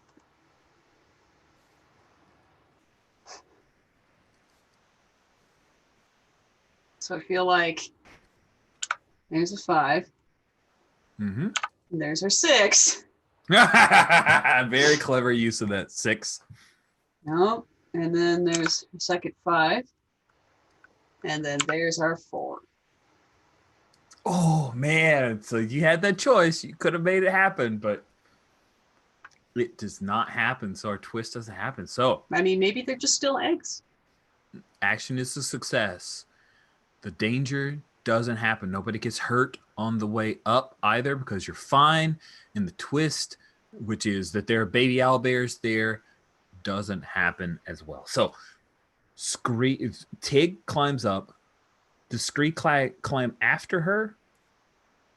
Yeah. Do you make Slacked come as well? Or let Yeah. him cower and okay, awesome. So it takes a little bit. You kind of pull on the rope that's attached to him, but he doesn't. The 3 Yeah. of you are Like I've made a couple of little footholds along the way to help our little young, not a boss yet sissy make his way up. Yeah. But yeah, so we all make it up there. I give everybody congratulatory claps on the shoulder. Yep, and Astra's there with you. She climbed very gracefully, but no more gracefully than Scree and Tig. Way better than Slack the second, who kind of trips a few times but doesn't actually get hurt. He gets a few nicks and bruises. You guys go over top of the nest, which is maybe 3 feet high, and remember, we're okay or interested in a little bit of gore. The owlbear keeps things for later. And so there you see there are body parts. There's a definite smell of rot. And you see that there are 3 large eggs. Astra picks through, and you see her pause as she picks up it looks like a little headband of feathers. And she holds it for a moment, but then she points out and you see that there is this long scroll of patched together many materials: cloth, skin, parchment, even leaves. And this tapestry of paths, it's obvious to you, Scree, that this has been around for generations, and there are like early etchings and then darker, like a different hue of dye, as they're like, no, we filled in this, and a few things have been named, but they're in this script that isn't immediately obvious to you, but you can actually pick out from a glance where the tree is, where the ravine elves have set themselves up, because you can kind of triangulate, right? Here's where here's where the hunting grounds is, here's where the nest is, here's what this is. This, if you had time to study it, you could use this to unlock more than just this location for sure, but maybe a couple of the hexes nearby. It would take some time, and it's also going to take a bit to actually be able to copy it in a way that you can remember everything. Yeah.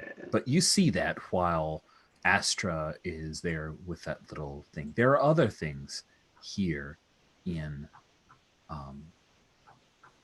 this nest cave as well, and Slack the Second and Tig are going to quickly try to loot as much as they can out of here, unless you stop them. Tig, slacked. One thing, one hand. And anything Astra wants is Astra's. Nice. So, and then we go. I will ask Skarsnik, roll me 2d6. And this, because there's a little bit of loot that is d6 in number. Alrighty. And I'll give those eggs a long look. A perfectly average 7. Nice. Yeah, 4 and a 3 for the two things. So Slacked is going to be gathering up a bunch of owlbear talons because he thinks, oh, you can make weapons out of this, while Tig snatches 3 long, perfectly pristine owlbear feathers, and she's pretty excited about that. Yeah, we'll come back to you. You can have your decision point about the egg as we cut away. Yeah. Per the roll, Gorp, you have successfully lured Usambra, the owlbear, the king of the forest, as the ravine elves referred to it with a great deal of trepidation, into this trap. And it's one of those where it comes swooping down. You time it just right, and Greyback just veers around the pit as it's coming down, and its feet snatch into. So Spiff, didn't you say you were sticking some like sharp sticks down in this pit? Yes. Okay, cool. So it like kind of skewers itself on one of the sharp sticks enough to throw it off balance, and it comes tumbling forward and snaps most of the rest of the sticks that you guys had sharpened up in there. Probably hurt like a bitch, but it is definitely not dead. You have trapped it for now. Spiff, Skarsnik, the two of you are there. You've got all the other goblins besides Gorp, Scree, and Tig, and Slack the Second. Wouldn't I be there now? Yeah, you're there, but you're on the lip of the thing, and also much more mobile. But yes, Gorp is there with you. I just wanted to banging my chest and occasionally making weird whistle noises. Yeah. He's like the cop in Frosty the Snowman. Sorry, I had to bring it in. I could not, because it's the only whistle swallowing I know of. It's like Scott, the whistle noise. So Spiff, this is your trap. You've trapped it. What are you gonna do now? Try to rope it, net it down, and make sure that it can't fly off. All right. So then I think you're trying to I mean, this is kind of sort of an attack, right? I suppose, yes. That's what we're doing. All right. So I think we know what the danger is. The danger is that you. Well, the harm is that you're attacking this owl bear and will be injured. That is the harm. Like, I mean, if you choose condition great, 1 to 2, you'll take an injury. I am going to say, though, just so we're clear, I think you're now in a standard position. Risk is present, but not overwhelming. Although maybe you got even, I could logic bad position, but I'm okay with this first go of in a fight. So success will do 1 harm. Progress does no harm, but raises you to a good position. So you're in a standard position. It has gone into a pit, which is why you guys aren't in a bad position. So if you look on the left-hand side of the adventure tracker is the positioning and effectiveness information. So that's what I'm using. You're in standard position.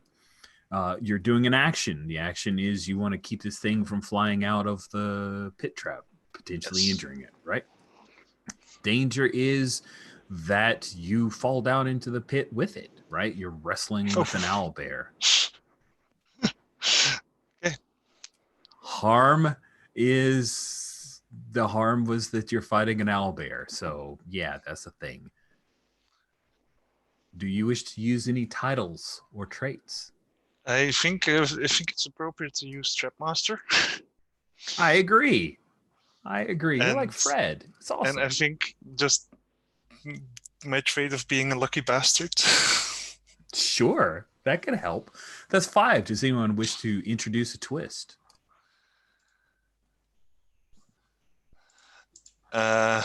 It's thrashing. Like, was it like ropes part of the or vines? Like it's thrashing. Ropes and vines. Whips out the kind of vines and basically kind of straps you to the bear. I was going to say that as well. Yeah, I could pull it off by the bear.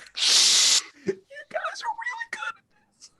Awesome. So I think you Owlbear again. Radio. I think you're also rolling 6 dice. So let's go to screen sharing and see how this goes. If that happens. If only I wasn't like muted by a whistle. Oh wow, look at all dice. those dice. Well, then- Holy crap. Let's see how you divvy this up, friend. So the 6 goes to the harm. That's pretty wise. The action and the danger get a 5. But yeah, the twist definitely happens. Okay. I wish I had a macro to where I could like erase these out. That would be a thing. I don't know if you can even do macros in Google Sheets. I'm going to look that up sometime. Awesome.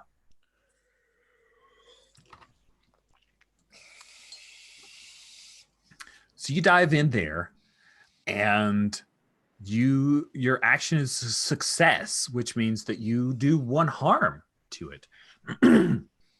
You're able to force it down into a couple of the spikes that had not yet broken off. You have so this thing is now, you're strapped to it, but it has not made its way out of the pit. You're holding it. You know that your friends. I don't even know I'm strapped yet. It's like, I got it. And, you see the coil going around my foot and I don't see it. Nice. Cool. So success will put you in, does 1 harm? I'm going to say you're continuing in a standard position. So you've held this thing down. It has taken some harm. It is pretty damn tough. So it's a thing where that's not going to kill it, but I think we'll say that maybe it's taken one of the spikes to the side, like right here near its neck. And so it's started to bleed pretty profusely. It's thrashed around. I'm going to say that Crag jumps in and it wing buffets him and he goes sprawling kind of head over heels and slams into a tree. reaches and gnashes down at Apps, and Apps barely skitters out of the way. For cosmetics, like what is Gorp and Greyback doing during this tumult between Spiff and the owlbear? How well can I breathe currently? Think maybe it's like stuck in your throat right now. Yeah, so not great. Not great at all. Yeah, so I'm trying to getting get a bit Skarsnik's lightheaded. attack. Yeah, I'm trying to get Skarsnik's attention. You're And like, I can imagine like riding up right into him and just like falling off. You find his hat, though you can see it through the murk and the gloom. You see Skarsnik's lovely hat. Skarsnik, Gorp, and Tyler, you with us? Is he frozen? I think he might be frozen. He may have fallen asleep. Tyler. He's Like not he moving. seems to be moving. He is moving slightly, yes. Oh, wow. This Hi. is the first. Hey. Hey, Tyler. Yes. Cool. So just to spin up, Spiff has jumped onto Usambra, the owlbear, who's currently in the pit trap. It's causing a ruckus. Gorp, on top of Greyback, has just found you because he is currently choking on the whistle. Yes. So Gorp tries to get your attention. You hear the coming from his mouth. What do you wish to do? I will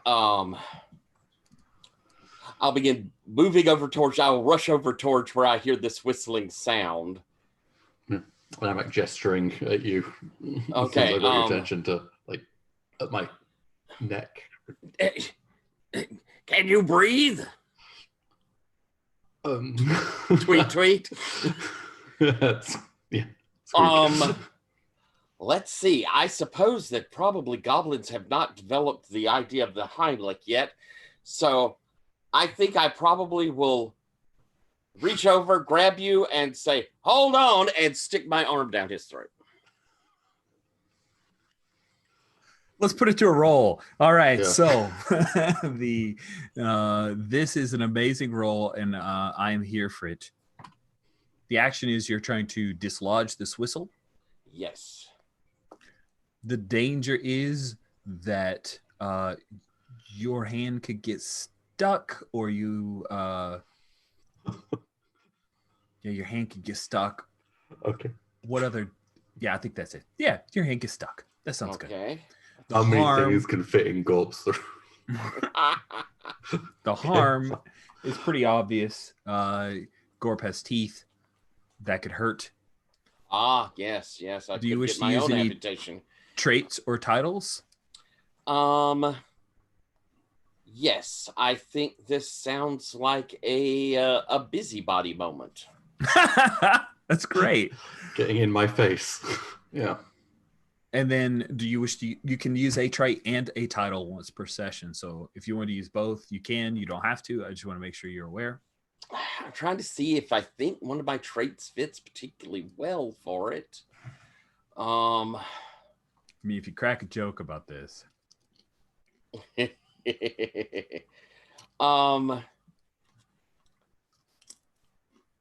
I don't think I got one in me. So I think I'll go there. Cool. Does anyone wish to invoke a twist of some kind?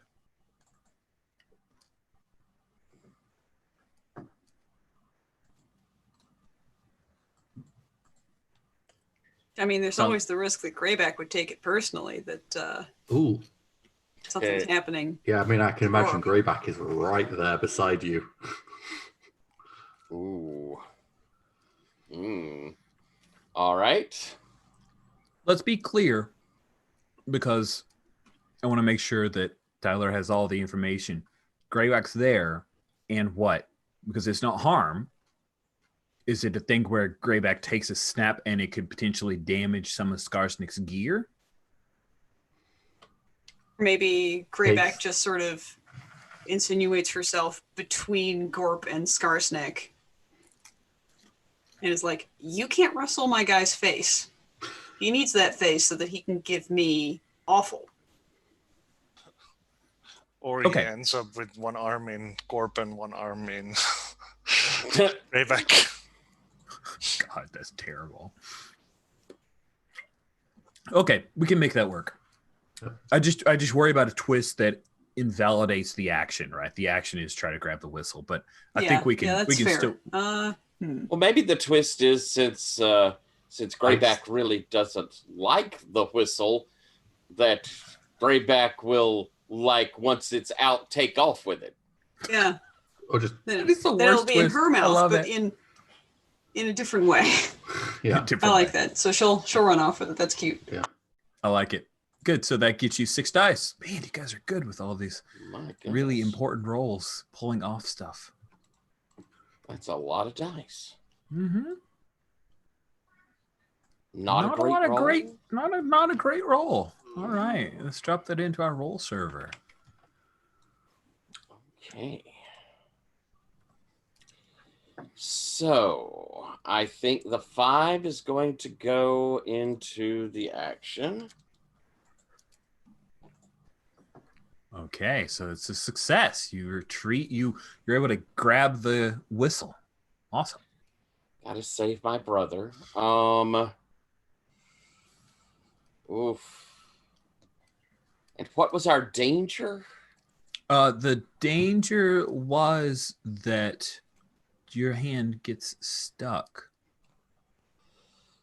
And as So you have the compared- whistle, but it's going to be like a whole nother action. Someone will have to help you pull free. And in a comparison, the harm was I would get bit. Right. Correct. All right. Well, then we want to make sure we get the whistle out. So I'm going to put the 6 in danger. I'm going to put a 3 in harm. And let's just go ahead and take it. Let's put the 1 in the twist. Sweet. So you shove your hand down your brother's mouth. You grab hold of the whistle. It's like so fast that it barely even registers with Gorp. You feel that tickle from, like, sticking your finger down your mouth, except it's a fist. Who even knew? Like, we see an animation of the goblin's gullet growing a little bit from Skarsnik's big meaty arm, and then you pull that out, and the whistle comes out and flips through the air, and Greyback grabs it out of the air, and maybe by like the little thong is on one of its teeth, and its eyes grow wide, and then it loops off. Just takes off. Damn it. Greyback. And I take a condition, correct? Right. From the harm 3 to 5, you take a condition. So it could be exhausted, because that was pretty tiring, or it could be panicked. I mean, I think I'm exhausted. I think that's taken a lot out of me as I finally had wrestle. to. Right. Yeah, I can imagine. Let it go, Garp. Yeah. Just relax. Yeah, I can imagine Gorp was not an easy patient. Like, so we cut away from the quick miracle surgery Heimlich maneuver, now called in all of Goblinville the Skarsnik maneuver, to Scree and 3 eggs. What do you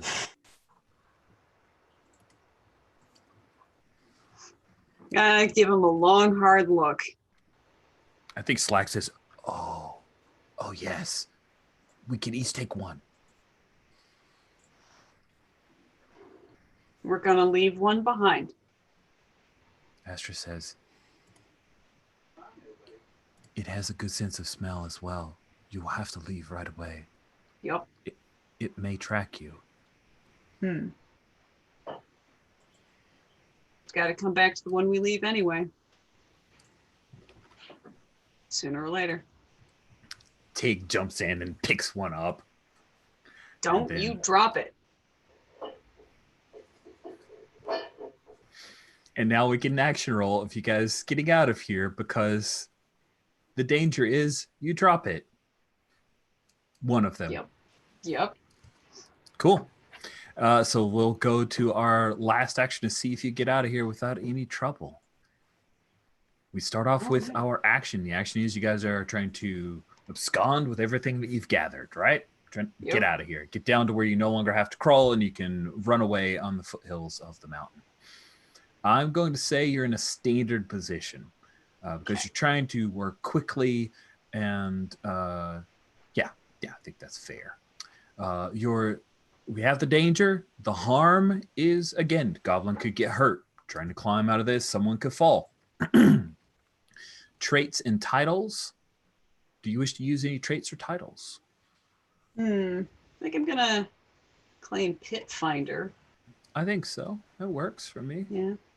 I think so that I did my best to make sure that we were set up to climb in and climb out. So practical. I'm going to give that a quick burn too. 5 dice. Any twists? Any player can introduce a twist. I got a twist. I mean, I also, but what's your twist, Rich? Well, or Alex first. Yeah. Alex first. I mean, there's eggs. Yes. One of them starts to hatch. Is that what it was? Well, actually, I was going to say, I mean, to get live eggs, they don't just lay eggs that hatch without a second. Without there being a dad. Yeah. Oh, yeah. Yeah. Another owlbear? Sounds like a twist. That sounds good. I mean, I quite like the hatching thing, though. So the hatching is, I think I like the hatching better. A bit more cute, more fun. Yeah. All right. So, yes, the twist is that one of the eggs starts to hatch. Okay. Because you've jostled it. All right. So that is 6 dice again. Goodness gracious.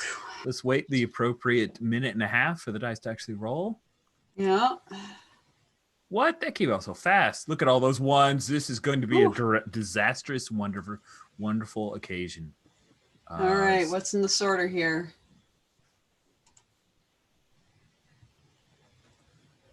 All right. Well, I'm going to put a 5 on the action. Or maybe I just put a 3 on the action. Ooh. Seems fine, actually. Now I'll put a 6 on the harm.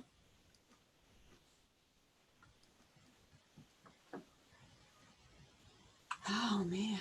Yeah. 5 on the danger, and then a 3 on the...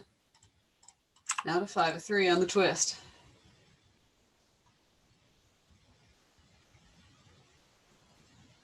It was bound to happen with that many dice to sort out. So, you guys make progress on your way down the mountain. You get over. It's like you're kind of handing eggs over as you go over the nest itself, and you start to work down the craggy peak. Yeah, maybe there's a decayed satchel or something among the bodies that are there. Make an egg sling out of it. Excellent. I love it. Everyone is fine, but you're not out of the woods when Tig says, "Oh, this egg hopped. Oh, there's a crack in it. Should I just throw it? It's moving." No. And then you see this little beak poke through, and a little piece of egg flakes off, and Tig's sitting there looking at you, and then she hands you the egg. We'll cut away. She hands the egg to you because that seems Me like and the the baby best. owlbear face to face. It's a good cut moment. Sweet. Then we cut down to Spiff. You've held this owlbear in. That you were successful before in that desire to keep it from escaping.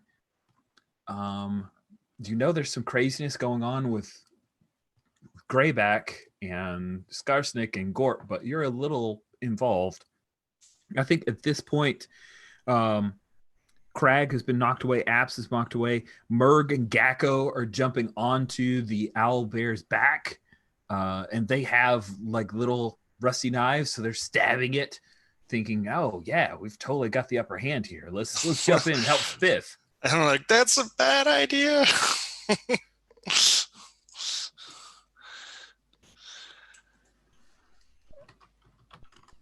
So, what do you want to do here? I want to tell them to get the fuck off, because that's a bad idea. They're not going to be able to kill it like that.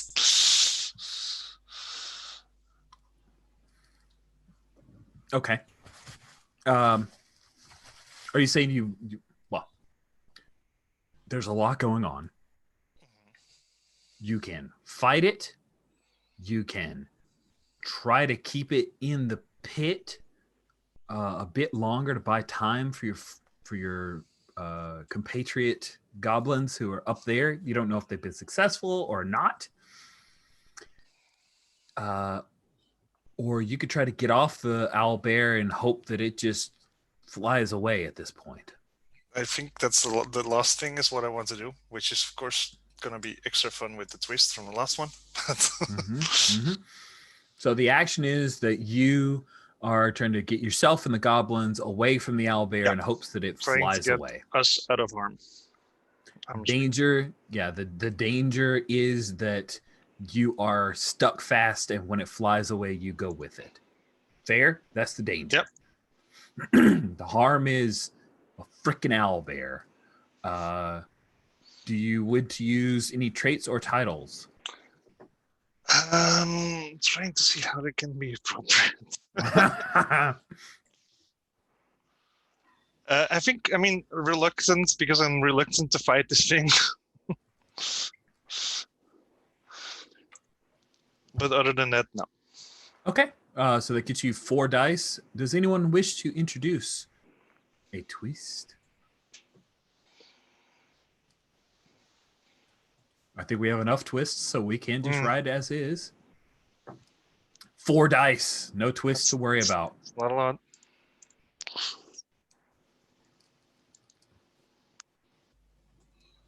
Six. Well, this is going to be an interesting thing. So we have no twists. I'll just gray that out.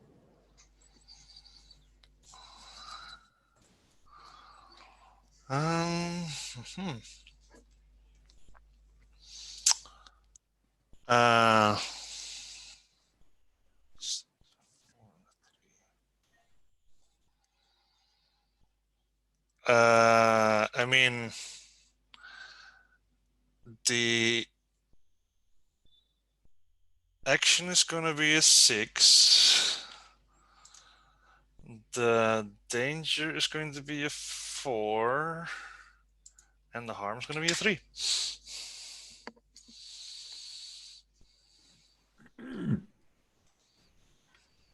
Yeah, so I think what happens here is you shove Gecko off, and Merg sees what's going on, and he runs and jumps off of its butt and lands on the outside of the hole. Then you start to roll off and realize that your foot is lashed to and that's why you get panicked. That's why you get panic. You reach down and stab as hard as you can at the vine, which turns out this vine actually really sturdy. Like it's almost as good as rope. But luckily, you cut free at the last second. You actually go up in the air a little bit as it flies away. You tumble down. Fall down like 6 feet. You fall down like 6 feet, slam into a low-hanging branch and snap it off. And I think Skarsnik, maybe you're needed again. You just see that your not brother, young Spiff, has taken a tumble off of a flying owlbear. We cut back. Scree, you now hold a baby owlbear in part of an egg. And that's when you hear the call of the owlbear's parent on its way back. You're not all the way off, right? Because you just made progress. Yep. I think that's where Astra says, "Oh, we need to run."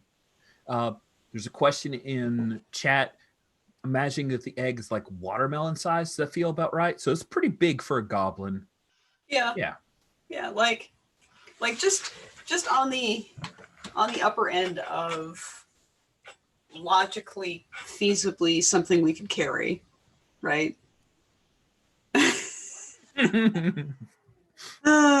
Cute.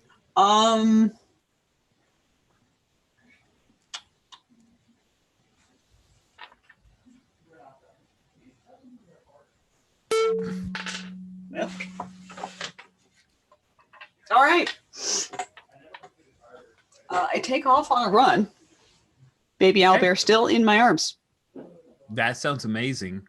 I think that does the thing we should probably put to an action die is do you get away safely from the owlbear, right? Yeah, my plan, such as it is to essentially give up the baby if I get cornered. And just be like, oh, look, your baby in need. Bye. Do we want to put that as your twist then? It feels like a twist is that you have to dump the hatched baby. Yeah. Is that fair? I mean, yeah, sure. I feel also like this means that I'm wheeler dealerin'. Sure. So yeah, the danger is that you are caught or cornered by the owlbear. The harm is owlbear, Papa or Mama. We don't judge. You've got one extra die from traits or tags, and we have And our that twist. So twist. you're rolling Yep. 5 dice. Whew.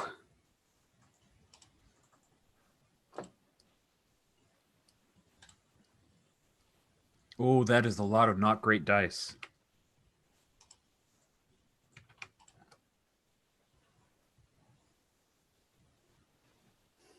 Oh, goodness. Yup. Well, I think. Yeah, 3 here. And a 3 here. A 4 here and a 4 here. Bam. All right, you don't have to give up the baby, and you're not captured. That's amazing. All right, so you make some progress. You're running through the woods. At this point, Tig and Slacked, they've gone off together. They're working hand in hand. They've gotten down off the mountain to where they can run away. Astra's trailing you, trying to see how she can help out, but also not really wanting to throw herself like right in the way. So occasionally she just calls out, or she'll blow one of her little blowgun darts at the owlbear, trying to keep it distracted enough. So you make some progress, but you're literally not out of the woods yet. You do take a condition, though. What do you think? I'm going to take, well, honestly, I feel like panicked is probably the correct condition here. That seems appropriate for Scree to be panicked. Aye. Panic means you cannot use traits. All those nice traits of craggy, practical, and wheeler dealer. Although you've used several of those, so maybe it's not that bad. Woo! Good. So you're now running. The owlbear has actually climbed the baby owlbear. Sorry, just so we're clear, which owlbear we're talking about. Has the egg is kind of broken out underneath you as you're running, and now it's clutched to your chest, and it's holding on. You're panicked because the parent is still after you, and we cut away. Gorp, Skarsnik, Greybear. So Greyback has taken off with the whistle. Spiff just got deposited on the ground as the owlbear parent has flown away. There are a lot of injuries. You're not sure if anybody's dead. So Skarsnik, what do you do? Okay, so everyone's made it back. Have we got Scree here? They have no. So Scree only got progress. So she's still up at the foothills, like making her way down. Okay. But you guys did your owlbear pit trap, and Right. escaped at this point. So you're, remnants aftermath. I'm curious what you're doing. Right. Well, I'm going to look at. Are you okay, Gorb? Oh, I like it better when you can't talk. So I didn't realize I was actually muted as well. I thought I was just a. He's like, fine. And then all right. that comment. I'll run over towards Spiff. And you're still kind of tied up and panicky. Not tied up anymore, but hurty and panicky. Yes. So I'll come over to you, and it's okay. We've got to see if Scree's gonna be all right. And I'm going to pull from my pack. I'm going to pull from my pack what looks like a very, very carelessly rolled but full-on Winston Churchill-sized cigar, and I'm going to light up my useful herbs and pass that over, hoping that would cure panickiness. It is useful. That's amazing. Spark up, buddy. We'll be okay. I don't know. I think that's just a. That's just an item use? Yeah, I think it's an item use. So let's just use that item. And yeah, you'll be able to help Spiff relieve a condition. Calm him down. He gets a little high. Yeah. Cool. It's going to be fine, man. Fine. Oh boy. Nice. And that is not drug abuse. It's just simple drug use. Drug use, yeah. Gorb, Greyback hasn't come back yet. You're still muted. Yeah. I would be very hoarsely trying to shout for Greyback, but it would be just Greyback. Don't know. Just speak up. Can't hear you very I well. throw my stick at you. Sweet. We cut away from that back to Scree with the baby owlbear clutched to her chest. The other goblins have made it off. Think Astra's still in the woods trying to offer you help without getting herself killed. What are you doing, Scree? The owlbear has, we see it swooping overhead as it goes past you, and it brushes a bunch of branches, and there's a bunch of, dead leaves and everything falling down in your wake as you're running between woods, in the woods from tree to tree, trying to, where it can't swoop down and get you very easily, but it still seems to be tracking you. What do you want to do? You should hide with that thing.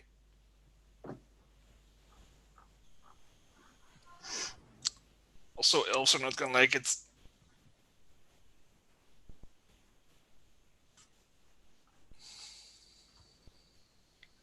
So what's the plan, Scree? I'm a-thinking.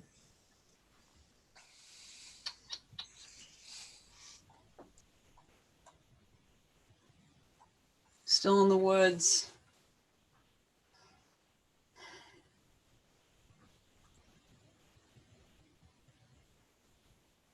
So I remember on our way here, when we were traveling to the scout camp, there were a couple of pitfalls and other things like it that I kept my friends from falling into. Are there any that I could fall into right now on purpose? Oh, I'm sure that an action of getting down into an area that the owlbear can't get to, and perhaps hiding from it, is definitely an action you can take. Cool. That sounds good. The danger is, is it a danger that you find a place? Well, it almost sounds like a twist, but I'll say it, and you guys tell me if it feels more dangery or twisty. The little craggy area is not devoid of other animals, like a little snake. Seem okay? Too much? I don't want you to feel worn down or beat down here. I just want to make sure that That seems cool. I feel like that seems a little bit more twisty. Okay. Yeah. Yeah. All right. So the danger is the action is you're trying to get to a place that the owlbear cannot easily get to. The danger is You mentioned like holes and such, getting a foot stuck in one. Yeah, twist of the ankle, something like that. Yeah, either Yeah. tripping or getting your foot stuck or. yeah, but that's harm. This is the one point of the game that I'm still getting my head around is the whole difference between. Yeah. I mean,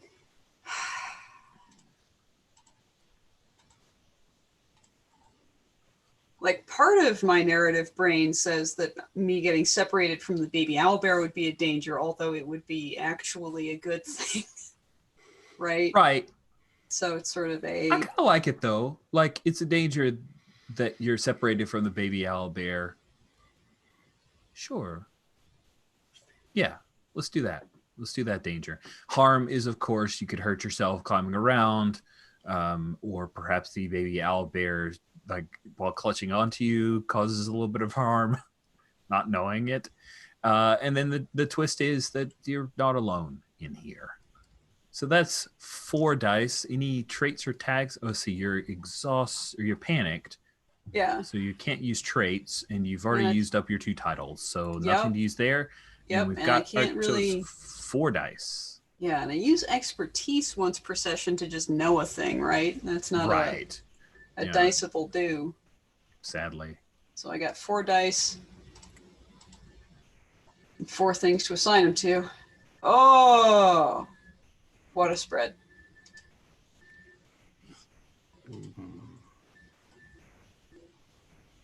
Oh, that was weird. Okay, here we go. Sorry, I clicked a button and then some weird stuff happened, but I'm good. All right, here we go. You've got stuff to assign. Bad things are going to happen. Let's see how it goes.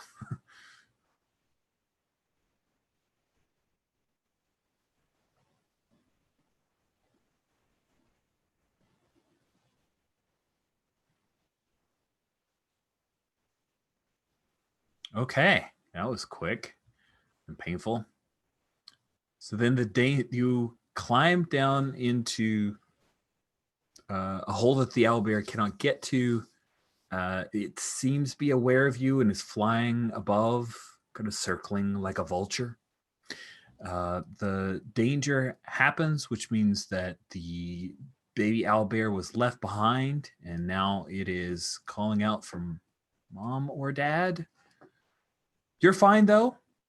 And then you hear a soft rattle and realize that you are not alone in this little hidey hole that is hidden from the sun and shady. We cut back. So Jan wanted to step away for a minute. Cut back to Gorp. You were calling for Greyback. Skarsnik, you help Spiff up, got him a little high. The rest of the goblins are looking around, and that's when carrying an egg, Slack the second, and Tig come rushing up. We think Scree's dead. And Tig says, we have to go back. It's like this. No. We've got the egg and we got the tapestry. We should just go. We should just leave. Success. Think or no? Did you say? Think or no? Oh. She's dead. We can't leave Scree. And Slack says, I can leave Scree. And Tig says, no, we can't leave Scree. She was hiding. I saw her. And Astro was trying to help. I'll point at, which of you has the tapestry? And they look at each other. And Slack says, I've got the egg. He's got it in a little backpack. And that's when Tig, I think, who did end up with it? I think Scree has it, right? I think Scree does. but maybe Astra, but not us. We don't have it. Let's go. We've got to go back. And I will. Slack says, well, obviously, I will keep protection of this egg and stay here. Coward. And I'll look over towards Gore. We've got to go get Scree.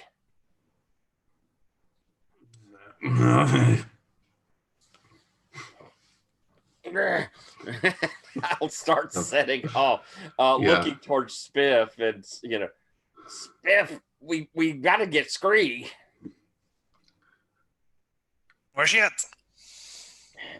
Back behind. They say the owlbear may have caught her. No. Let's go get her. Let's get her. I poke one of them, like, shout for Greyback. I'll put my fingers in my mouth and do something that I hope that Scarstick can do, because Tyler never could. And do one of those big loud whistles. I mean, I can, but I won't. Cool. So you're trying to whistle for Greyback. Yeah, awesome. I think Greyback will do. I don't know if you've ever seen the dog that runs away, but then you do something to get his attention, and so Greyback kind of circles back around, but doesn't come like right up to you guys. Just more of a, what's the whistle about? And you see the glint of metal from the little whistle hanging down from her bottom tooth. And I think I've probably got to do the whole, your dog has eaten something that he shouldn't, and now you have to get it out of his mouth.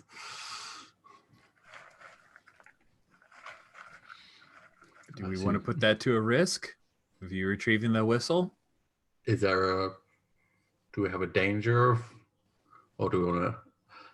Nah, I feel I just need to get Greyback. The whistle isn't important at the moment. It's getting on Greyback. Needs speed. I mean, that could be a roll, but that's the important thing. Cool. Okay. I mean, this is the thing you do. So I think you can get Greyback's attention and get her back to you, but she's really not excited about the idea of giving up that whistle. So that if the contest isn't about trying to get the whistle right now, you're going to wait on it, then I think she'll eventually come up near you guys. Yeah. I mean, I think I would like reach for it, but then if she was like, fine.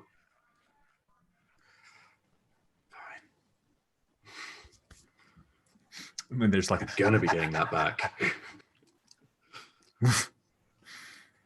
So, Scree, there's a rattlesnake in here.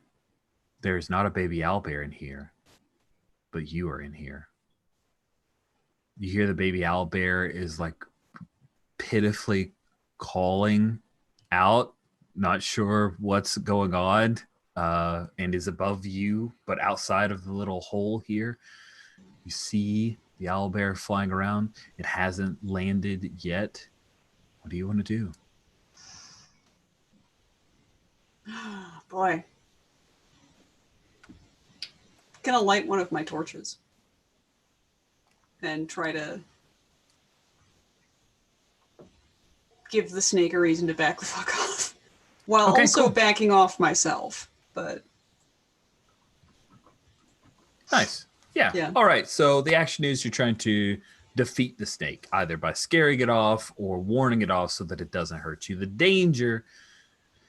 Also, I've got a couple of heavy gloves on, so if I weren't panicked, I would just be like, whatever.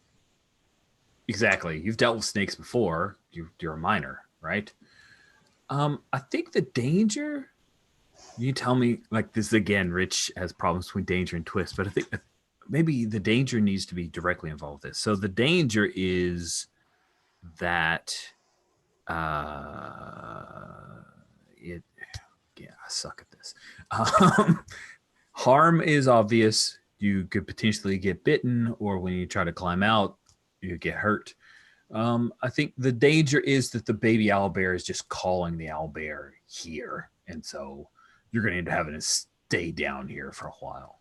Yeah. So when you don't have any traits or tags to use because of condition and using them up. So is anyone have a twist? When the owlbear lands, it basically closes the entrance to this little. It just like some little cave in at the entrance. All right, Rich, you 4 muted. dice. Hi, I unmuted before you said it. Does that count? Kinda. No, it doesn't count. I talked on mute. Dang it. Oh my goodness, that's awesome. That is a heck of a roll. Noise. Point. Oops. 6s and 4s.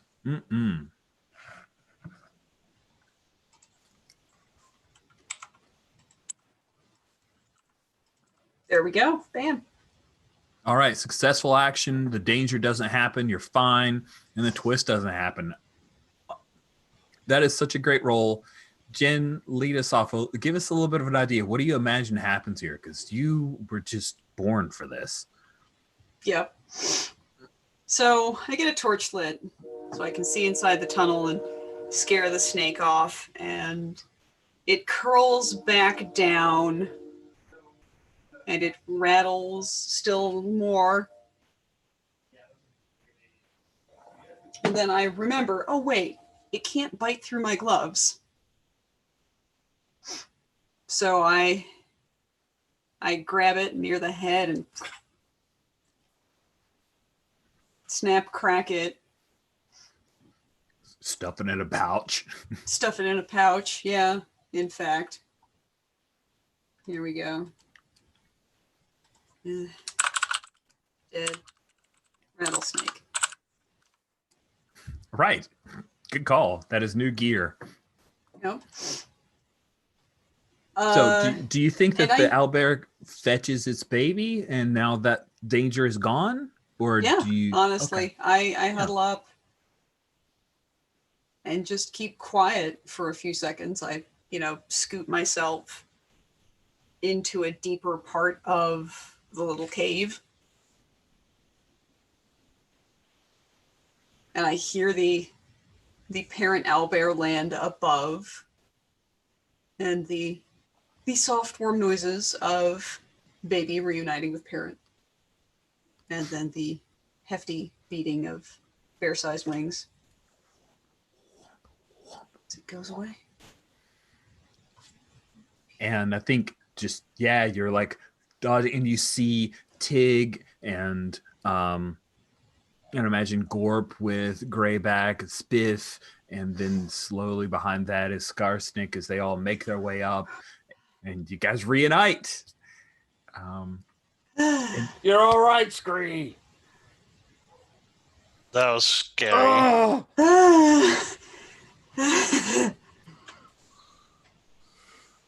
Nice. We need to get to the elves now, I guess. Mm-hmm. Where's Astra? And Astra steps out from behind a tree. Sneaky. Sorry I didn't help you more, Scree. I tried. Very hard, we can see. Oh, hush, Gorp. You did good. It's fine. I shot it with my blowgun, but it didn't care. Well, if it cared, y'all probably would have stopped it before.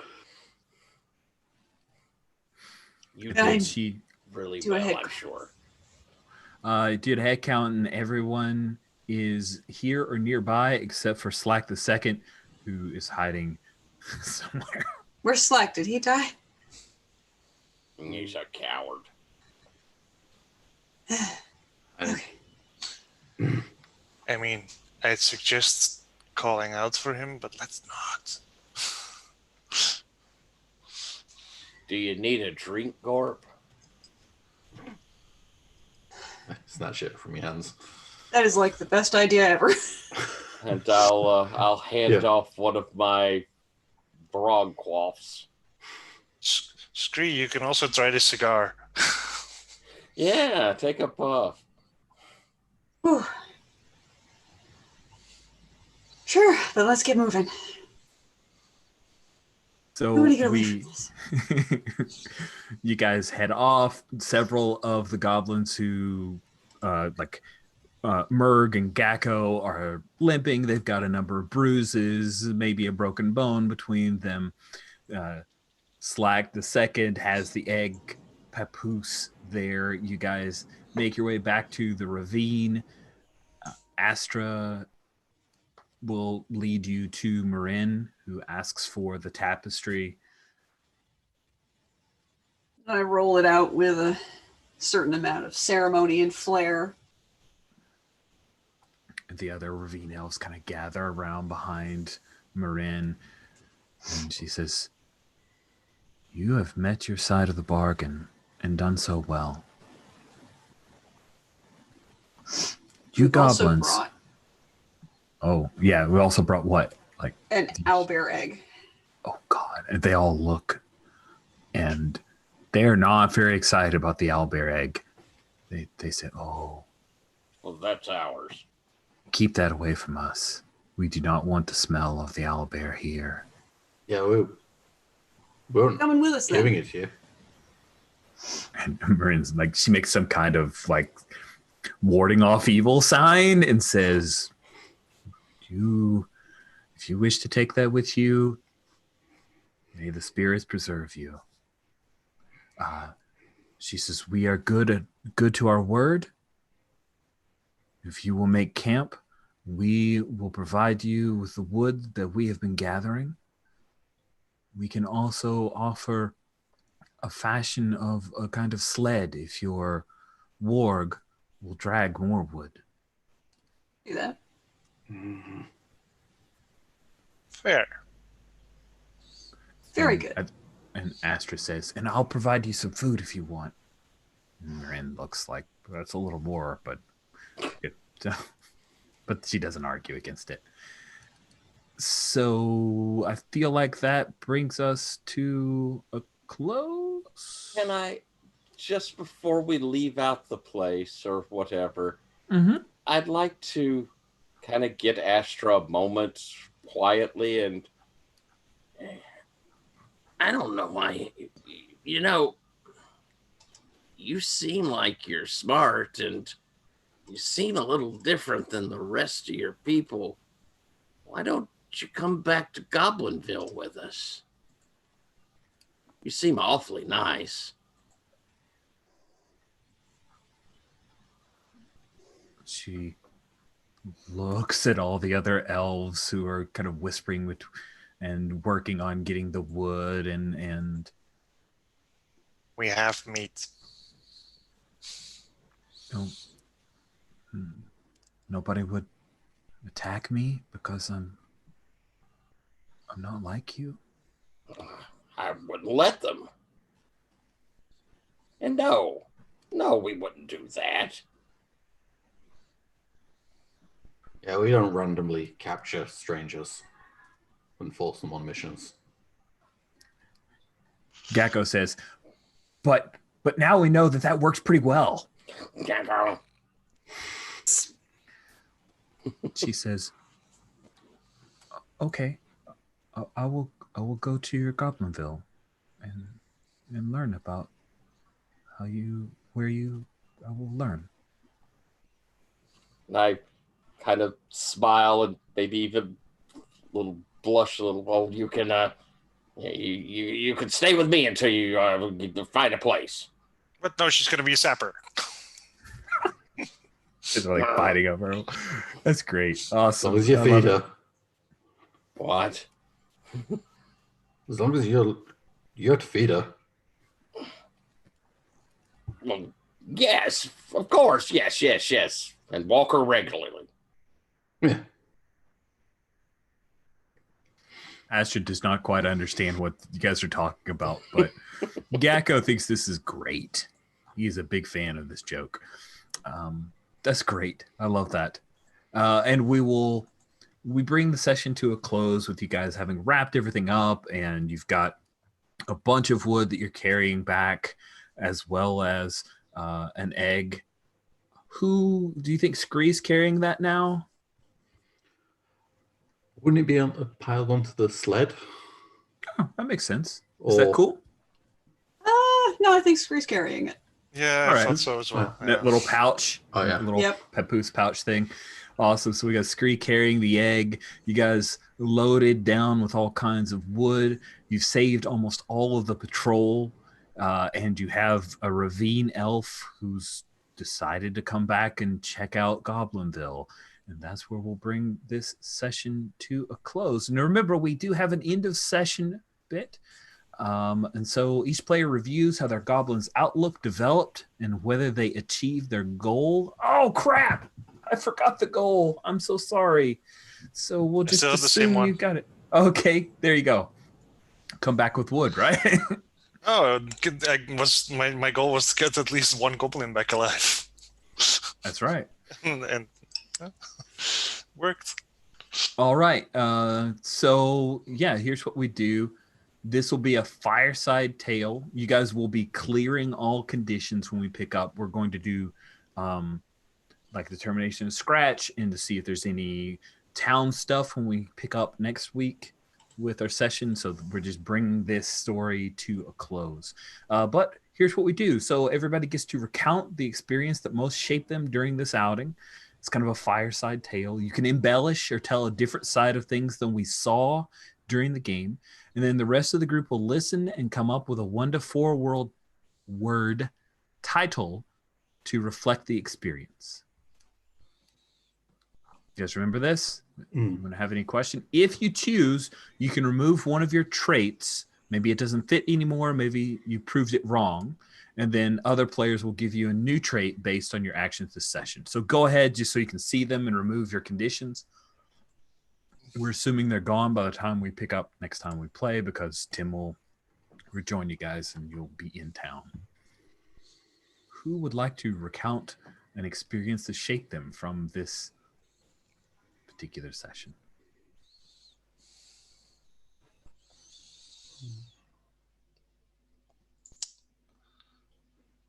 I think Spiff was especially proud of the fact that they managed to like save the 2 goblins that jumped on the owlbear from getting killed. I was a little surprised by that one. Merg and Gecko are alive still.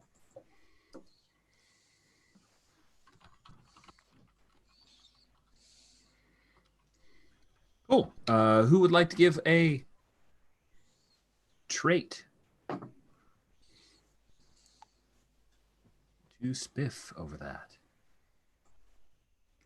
Something Title. Sorry, around- not trait. yeah, Title. like never leaves anyone behind.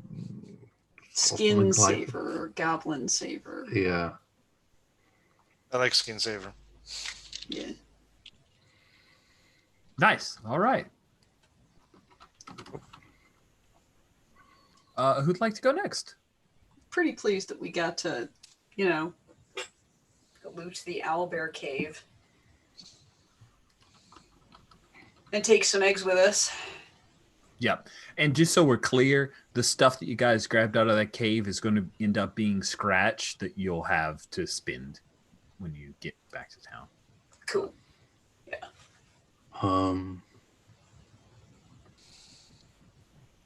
I think for Gorp, I mean, he went 1-on-1 with the owlbear. I mean, he's used to that with wargs, but I mean, this is a step up. And it was just him and the owlbear.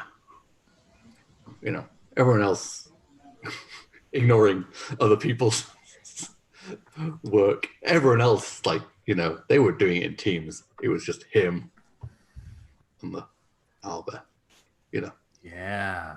What kind of title do you give for that? A brave? And to be clear, I'm embellishing and ignoring other people's Mhm. achievements. That's okay. Yeah. Rides like the wind. Oh. Yeah. Wind Rider. Ooh. Ooh. And for Scree, I was thinking like, I don't know, like I think Owlbear Mama is too specific, but Hmm. You did so many Babysitter of the awesome Damned. I mean, things. I Snake think charmer. I think Ooh. Hatcher might be good. Like, Yeah. you know, it can also be plants, hatching plants. Ooh, I mean, is that's that very the- clever. Is that what she shares in Just her call it Plan fireside? Hatcher. Uh, Hatchling Hugger. I think Plan Hatcher's a bit Plant Hatcher use. is probably the best one. Yeah. Right. Cool. Is that And- to do a tie? I think over the fire, Scarstick is unusually quiet as we're talking until he goes, well, and we met a very nice young lady with a wonderful hat and quite attractive eyes, I mean, and I think that the two of them kind of look at each other across this fire, then kind of look away as he says it. Yeah, I dig that. Elf Heart. Elf Hugger, yeah. Elf Hugger. I like Elf Elf Heart. Whisperer, if we want the to mirror Tim's.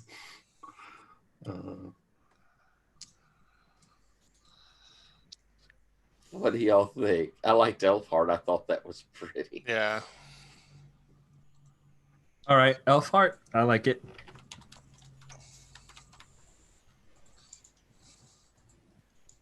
Cool. Everybody got a title out of this? Yeah. Yep. Okay, cool. So let's spend a couple minutes. We will start off with any points of confusion or aspects of the system that you want me to kind of brush up on before next session. And yeah, so any wishes that people have. I'm just going to go ahead and lead off saying I'm going to read a little bit more and try to refresh myself and read the supplement. There were 3 zines that came after the main to try to get more of a handle around danger and twist. I think I started to stumble into it, in that the danger needs to evolve from the action and the twist needs to be secondary. And sometimes I swap those out in my head, but I still want to learn a little bit more. Anyone else have wishes or system confusion points? Just a wish. Yeah. The same wish as last time, basically. I mean, we're going to do that a bit next time with the scratch, but I assume, but I still need to. I would like to see a bit more of Goblinville because it's good to know what you're fighting for. Absolutely. And I think we have the perfect excuse with Astra to where we can use her as like the point of view character. And the Arthur Dent, yes. Yeah, exactly. The Arthur Dent. Yes, 100%. Yeah, it was weird. I had totally intended on, this will get wrapped up real quick and then we'll spend the second half of the game in the town. And then things just kind of kept going, interesting side twisty adventure stuff and swashbuckling, cliffhangering craziness. But yes, that's all we do next session is start off with town stuff and get to know why we love Goblinville. And if other stuff happens, awesome, but we are going to definitely dig in and have a second helping or 2 of Goblinville. So thank you so much for that, Jan, and I appreciate you bringing it up again. Wishes. Any other wishes? My wish, I wish that I hadn't had the grandpa after dinner sort of nod off there. Don't you worry about it, man. I've worked. I go into work at 4 in the morning, so I'm up at 2:30 in the morning for the past yesterday and today. And with everything going on, I've been a little stressed and not slept so well. And I just got lulled right out there. So I apologize and wish I had not done that. Apology accepted as far as I'm It's concerned. Don't fine. worry about it. It was only a short. Yeah, Well, it was anyway. long. Cool. Any other wishes, Alex? Kind of just an offshoot of the, exploring Goblinville. Just kind of explore some of the relationships between the group in a non-danger situation. And I would like to see the different personalities of the wargs as well. I'd like to meet some extra wargs. Oh yeah, that's a good one. Cool. Yeah, I think I want to meet some new goblins and sort of just see more of the goblin town. Yeah. Awesome. Hear you guys loud and clear. That is definitely on the agenda. Let's circle back around. Everybody gets 2 stars where you can highlight fun things that your fellow players did or particular moments that were highlights for you. We can go in the same order. I think, Jan, you went first. I would like to give a star to everyone for the great ideas for the twists. Like everyone was giving good points on that and things that gave interesting twists on the story or the event. Yeah, twists. And I'm going to give a special one to Jen just for Scree being such a very likable goblin. Good call. Sweet. I think, Tyler, you went next. So what stars would you like? Star for everyone because I felt like we locked in this tone that we were looking for this time. This really felt nice. And we were still very true. The character still rang true from the first session, but I think tone felt really on point this time. So I think all 5 of us were tight on that. And Rich, I thought you did a really neat job of making the elves different and a little alien from us. They weren't anything stereotypical. They were fully fleshed and interesting. And, I just thought that they were an other that was neat to deal with. Thank you. Then Alex, 2 stars from you. I really dug that Skarsnik getting smitten with Astra. I like that little thing. Yeah, I mean, ditto on all the twists. And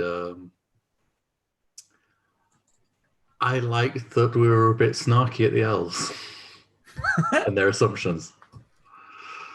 That was I pretty fun. enjoyed the general just running.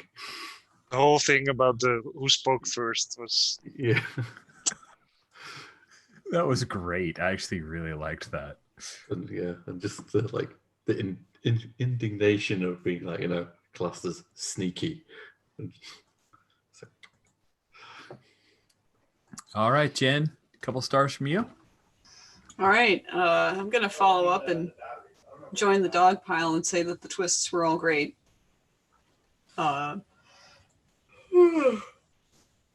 Goodness. And a star to everybody for collaborating on, making some twists better.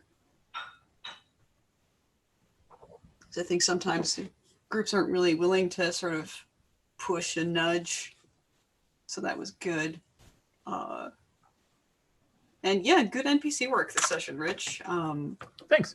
Yeah, no, the elves were fun. Our fellow goblins were fun. Things were there was simplicity, but there was also variety, which was fun. And I had a good time pushing poor Scree as hard as I could go.